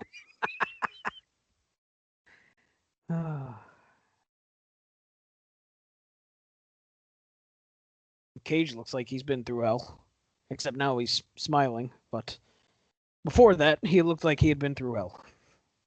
Well, he's incredibly just spastic. I mean, I don't think he keeps the same mood for 30 seconds ever No. at any point in this movie or in his life. No. So he's telling her the story of She their broke first her date. tooth on a rye seed. Who does that? On a rye seed. Yeah, I don't know if that's a real thing. And they drove around all night looking for an all-night dentist. If it was all night, of course it's an all-night dentist. That's a little redundant. She broke her tooth on a rye seed. And did you catch that part? The dentist was so drunk he fixed the wrong tooth. And the wife's looking at him like, yep, these are all things that happened. Yep. Like, this is a totally normal story. Who goes to a drunk dentist? Oh, God. I do not want anyone drunk putting a drill in my mouth. No, that's the thing I want the least in life, is something like that. But now she 100% knows that that's her husband. Yeah, it was the rye seed that did it, I guess.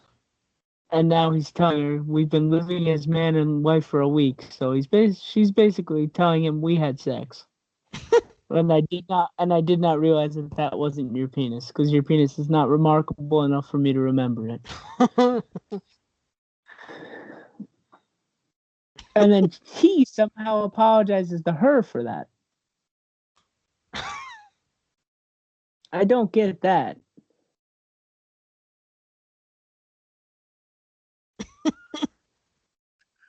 Now, if you got stabbed by a needle in the middle of the night, wouldn't you wake up and ask someone what the fuck is going on? And you wake up to your house being well, I don't know if the house is, they don't care about Jamie right now, but his wife is gone. Yeah. And tomorrow is the boss's service. And, oh yeah, look, my arm is bleeding and it's all over the pillow. Oh, and he's arrived with his thugs at the hospital.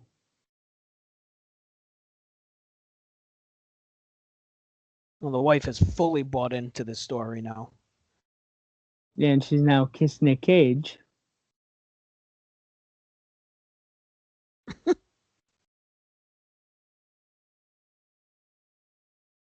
I think he suspects something, but he barges in and his wife is seeing another patient. And she says, "I'm an on-call doctor. I have to be here when I have to be here." He gets so jealous, does Mr. Travolta here.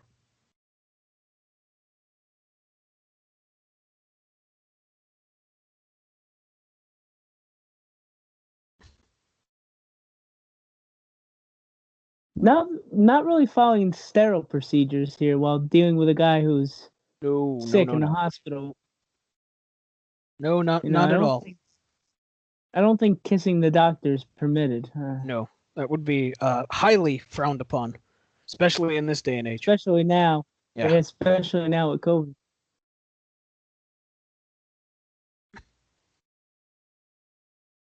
Man, she looks like she lost 75 pounds from the last scene. Why is she so skinny?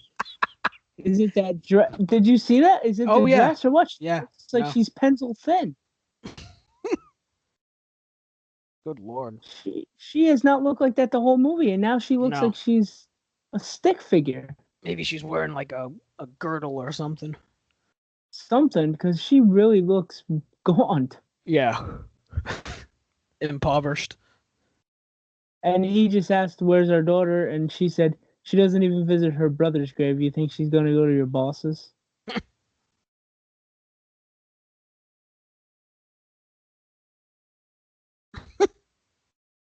Now you can tell that Nic Cage is actually feeling human here now as Travolta because he almost did the face rake, but he actually says, "Whatever happens, I promise Adam will be taken care of, and Sean Archer will Sean be off your Archer. back." And he looks back.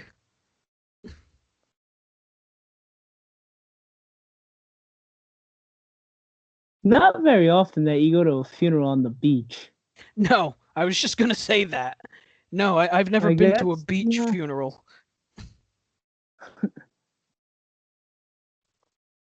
And him walking up to the sand. The seagulls are a nice touch too.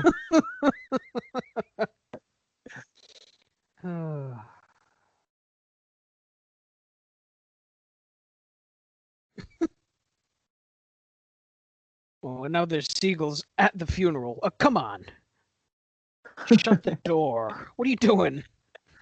It's not a door; it's just a curtain. I know, but Like come on. It's like a satin. It's like a satin sheet they walk through. It's a very erotic funeral, Matt. It's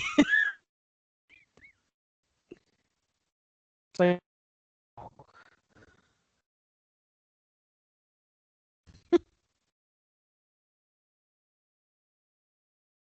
And that looks like the same pastor in Scary Movie 2 that does the exorcism in the beginning of the movie.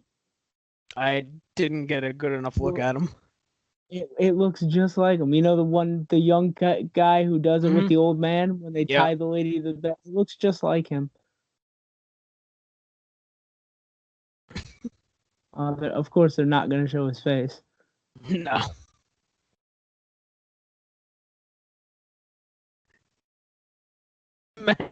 Cage. Here, see that man in the front row? Give him this picture.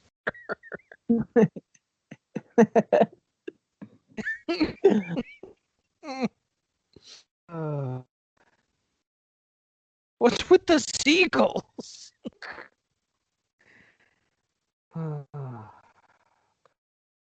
To his place of rest. Is that the beach?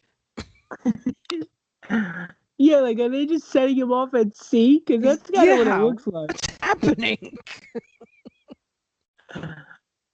It really looks like they're just floating him out to sea. Yeah, just send the casket into the water. Off he goes.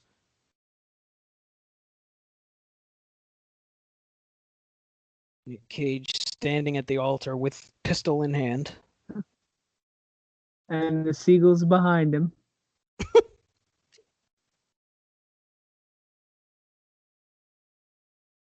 You know, I think this movie would be an hour and a half long if it wasn't for all the slow motion shots. Yeah, I agree. And now here comes Travolta. Here comes Travolta. Isn't this religious? And he mocks Jesus. As you do, I suppose. And we have a shootout in the church. He is a terrific villain in this movie. Like, yeah. Mm-hmm.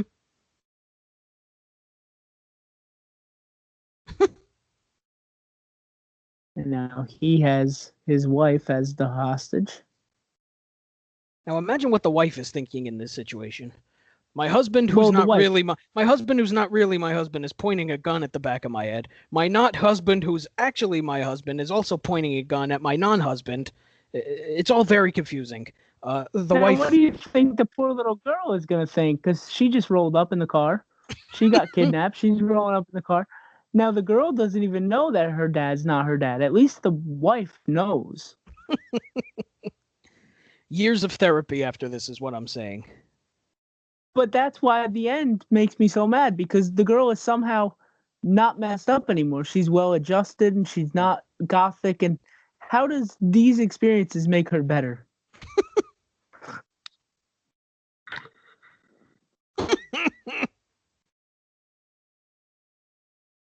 It's a whole lot of guns in that church. Oh, it's the biggest Mexican standoff I've ever seen. It's a sentence I never thought I'd say.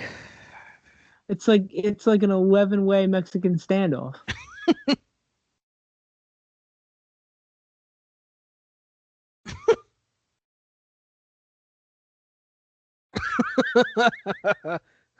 What a predicament indeed.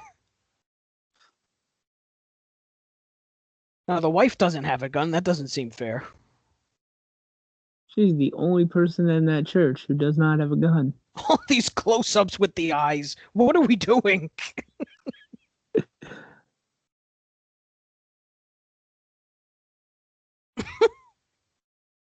Oh, he's dead. These guys can't even hit the seagulls. Never mind the other people. And then the wife just hit Travolta over the back with a chair.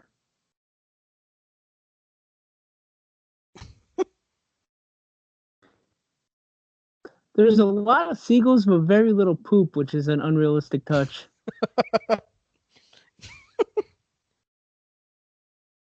And Yeah, now really. I'm pretty sure Gina's dead here. Oh, nope, She's she's alive. not. Oh, Not she's yet. dying though. Take care of our boy. She's Don't let dying. him grow Got- up to be like us. It's good advice. I love how And he Cage promises. just says, yeah. That's sound advice, I agree. And then she just dies. They always conveniently die right after they say everything they want to say. They never get cut off before they die.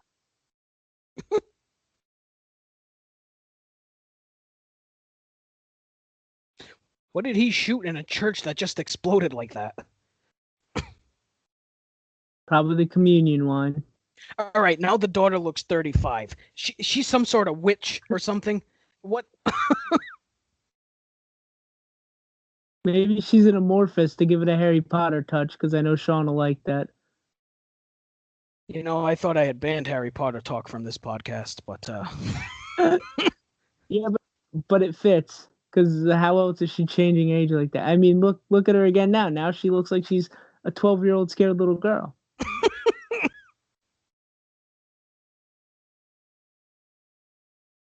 And she has her dad and a guy that she thinks killed her brother shooting at her. Dad, who's remember, not she's gonna be, her dad, who's not really her dad. but remember, she's gonna be more well adjusted after this. All right, we've moved on from seagulls to pigeons. And the pigeons are way more aggressive. Right now, she's got a gun. Who does she shoot? Jimmy's got a gun.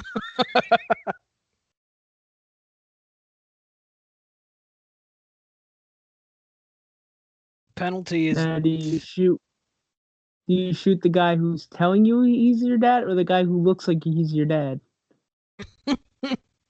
Quite the conundrum. shoot them both. Why take the chance?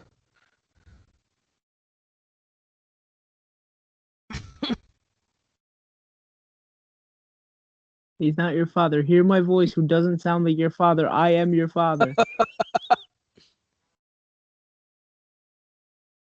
And she shoots her dad, who she doesn't know is her dad. And now Travolta takes her hostage. Hey. Now, tell me this isn't creepy. Tell me what's coming up here, Matt. It's not just absolutely skeevy as hell. Yeah. He licks her face. Mm-hmm. Oh, yeah. Yeah. Yeah, that's a little. Oh, the switchblade. What a great twist to have Yeah. this switchblade that she gave him come back and lead to his demise.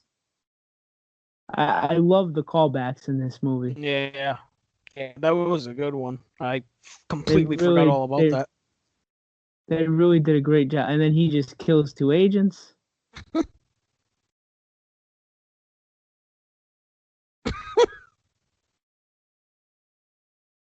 Will someone please tell me what planet I'm on? I don't know. Your age keeps changing. What planet are you from? I feel like that watching this, Jamie. I feel you. Yeah. Oh, Now just he's this in a randomly placed speedboat. I'll take this. speedboat.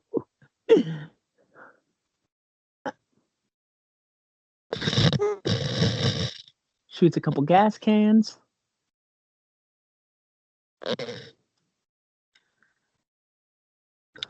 And what an explosion. And now Nic And Cage conveniently, gets the speedboat. but if you notice, there's only 2 speedboats in the whole dock. Nobody else has a speedboat. Just 2 people Yep. that are both stolen.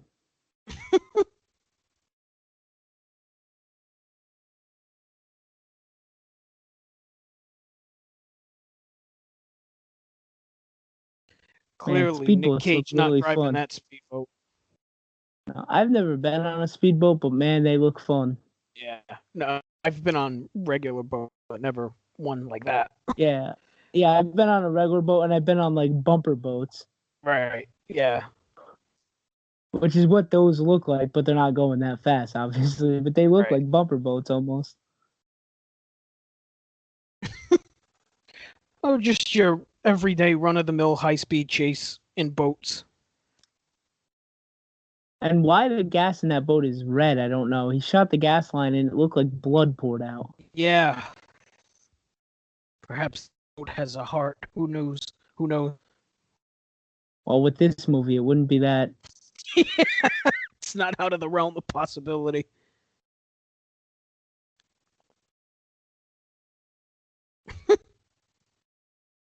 Cage has lost his gun. And crashes into the police boat.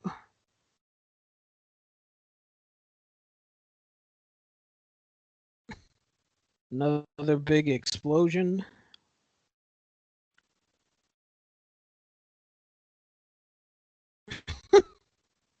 He just went through a boat that's on fire and he is not on fire. I don't understand that. Now the boat's on. Now the boat's on fire. Okay, it wasn't before, and Yep. now it is. And now he's jumping over to the other boat, which that cannot be easy. No. His athletic prowess in this movie really is something. Imagine being a stuntman for this movie. Oh man, you probably gotta be confused as hell. Wait, what? Who? Who am I? What?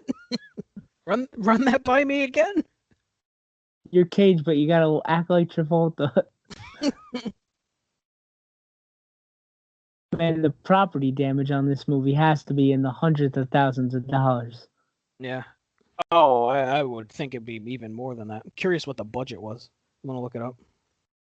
Oh, it had to be 40, 50 million, I would think, which is a lot for back then.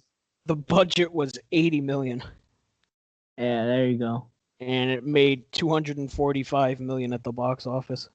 Oh yeah, this movie is definitely not a flop. I mean, 11th highest grossing film of 1997.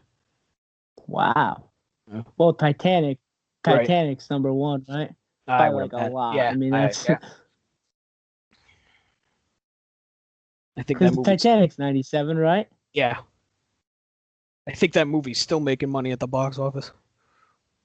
Talk about 2 movies that couldn't be any more different. Well, I mean, there's that both involve water. Yeah, and boats.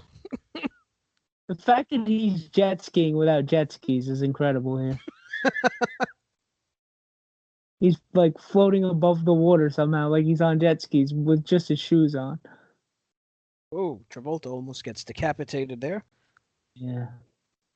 Oh, there's the harpoon. No, he's going for the face again. Well, he's an expert, so might as well use it as a fighting technique. Oh, that seems bad. And they go crashing and flying off the boat. Comically high in the air. It almost looks like they're gonna land back in the boat there for a minute. And the boat spontaneously combusts. What happened there? Had a lot of pistachios on board. And like somehow a beach ball comes out of nowhere. Like, what is that red ball that just came out of the boat. That is a beach ball, right? That's what it looks like, yeah.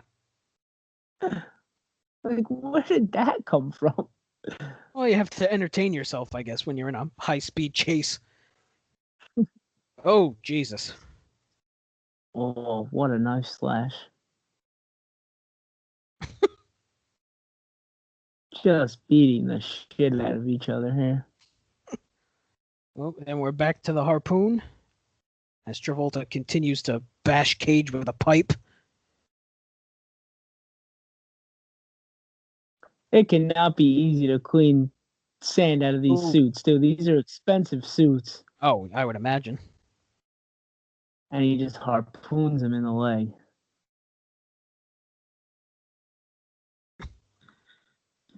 Now he's pointing the harpoon gun at Travolta. But Travolta does a great thing here, though.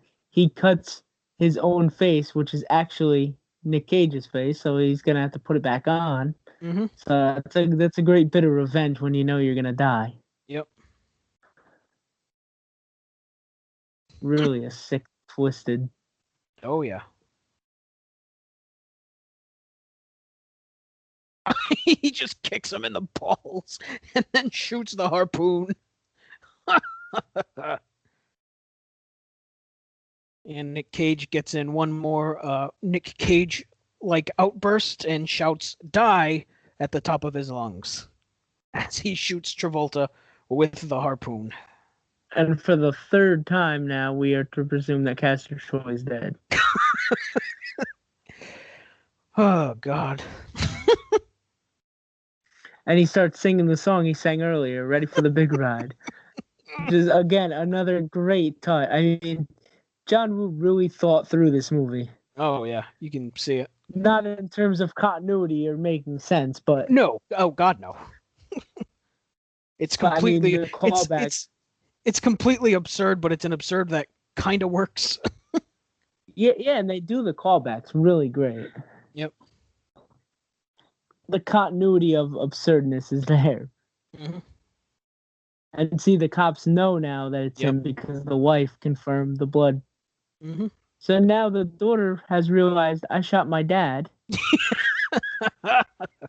So again, since the beginning of this movie, she's been attempted to be raped and shot her own father and had a guy she thought was her dad try to have sex with her. But yet she's somehow more well-adjusted by the end than she was in the beginning. It's a good way to spend 20 years in therapy. But somehow it fixes her. That's the part I don't understand. He takes his ring back now. Takes his ring back. That's a big wedding ring. And they're both in the back of an ambulance. Now, why are they left behind? They're the wife and daughter. Shouldn't they be in the ambulance with him? No, because they're going to take his face off. They don't want to see that shit. Well, it's not a normal ambulance trip. They could still ride in the ambulance with him. Moral support. When you wake up, everything will be restored just the way it was. Now, this end sequence really bothers me, and I know it's been a long movie, and we got to wrap it up, but when the end comes here, I got to ask you something. Now, here's the end now. The faces have been switched back. He's coming back home. Mm-hmm. He's going to do one more face rake, which is going to just fucking set me off. But now look at the daughter when she comes back to. Again, she looks a different age, and she just looks like she doesn't have emotional trauma anymore, which I don't know how that's possible. I don't know how they did that. It's the movies. I don't think anybody was dissecting it like we are in 1997. They just wanted to see shit blow up. Oh, they do that in spades. Yeah.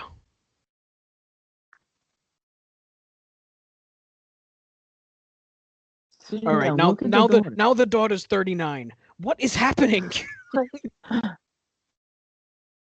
And somehow Travolta looks. Travolta looks older here. He looks like he's in his 70s Yeah. here. He looks like Benjamin Button here. What the hell? Is there a chance that But this didn't happen? There's another face rake. But now here's the part that really bothered me. He says, "Let me introduce you to someone," and they all of a sudden just have a new son and a brother because they take in Adam.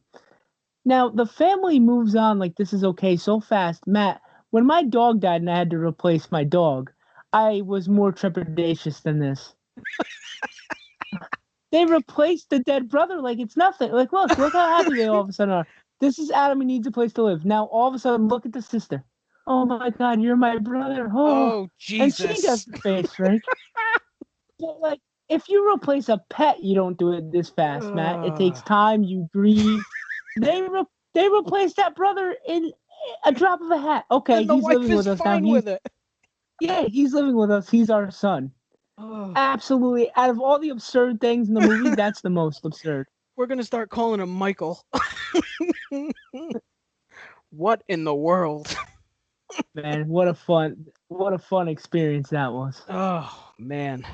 Yeah, that I'm still not entirely sure what the fuck happened, but it's a hell of a watch, and it was a good time while taking the ride, man. oh yeah, absolutely. So as we credits roll on our movie, the credits are gonna roll on this podcast. So Calvin, before we wrap things up here, is there anything you want to plug, talk about, promote? Yeah, I just want to say check out the new Place to Be Nation Facebook page. They're redoing it and getting a lot of good activity over there. So give that a check. All right, awesome. And as for me, you can check me on Jenny and the Gems. Should have a new episode of that coming soon. We've had some scheduling issues with that, so be on the lookout for that. You can check out Highway to the Impact Zone. The most recent episode of that is up now, where we looked at Impact number 9 and the next pay-per-view. I forgot the number of that, the exact number of that pay-per-view, but check that out. If you like hearing Pissed Off Matt, that is the podcast for you, let me tell you. And a new show here on the Pop feed is Making Mount Rushmore. I've been on episode 1. Episode 2 is also out, and episode 3, if it's not out already, should be out soon. That was a fun podcast to be a part of, so check that out when that drops. So, thank you once again to Calvin Crowell. Calvin, this was awesome, man. Thanks. Yeah, it was fun, Matt. Thank you. All right. Well, thus concludes another episode of Piece of the Action. Rest in peace, Eddie Van Halen. We will see you next time.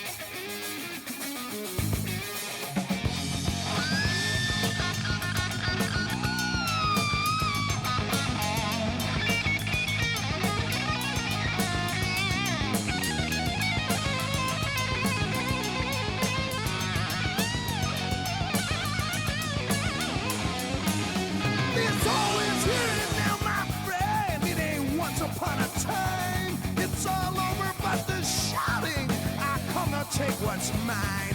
We're searching for the latest thing. A break in this routine.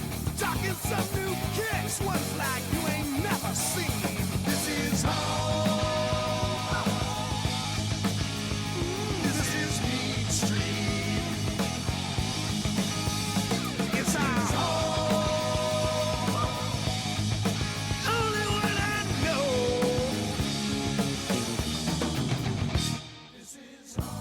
See, a gun is real easy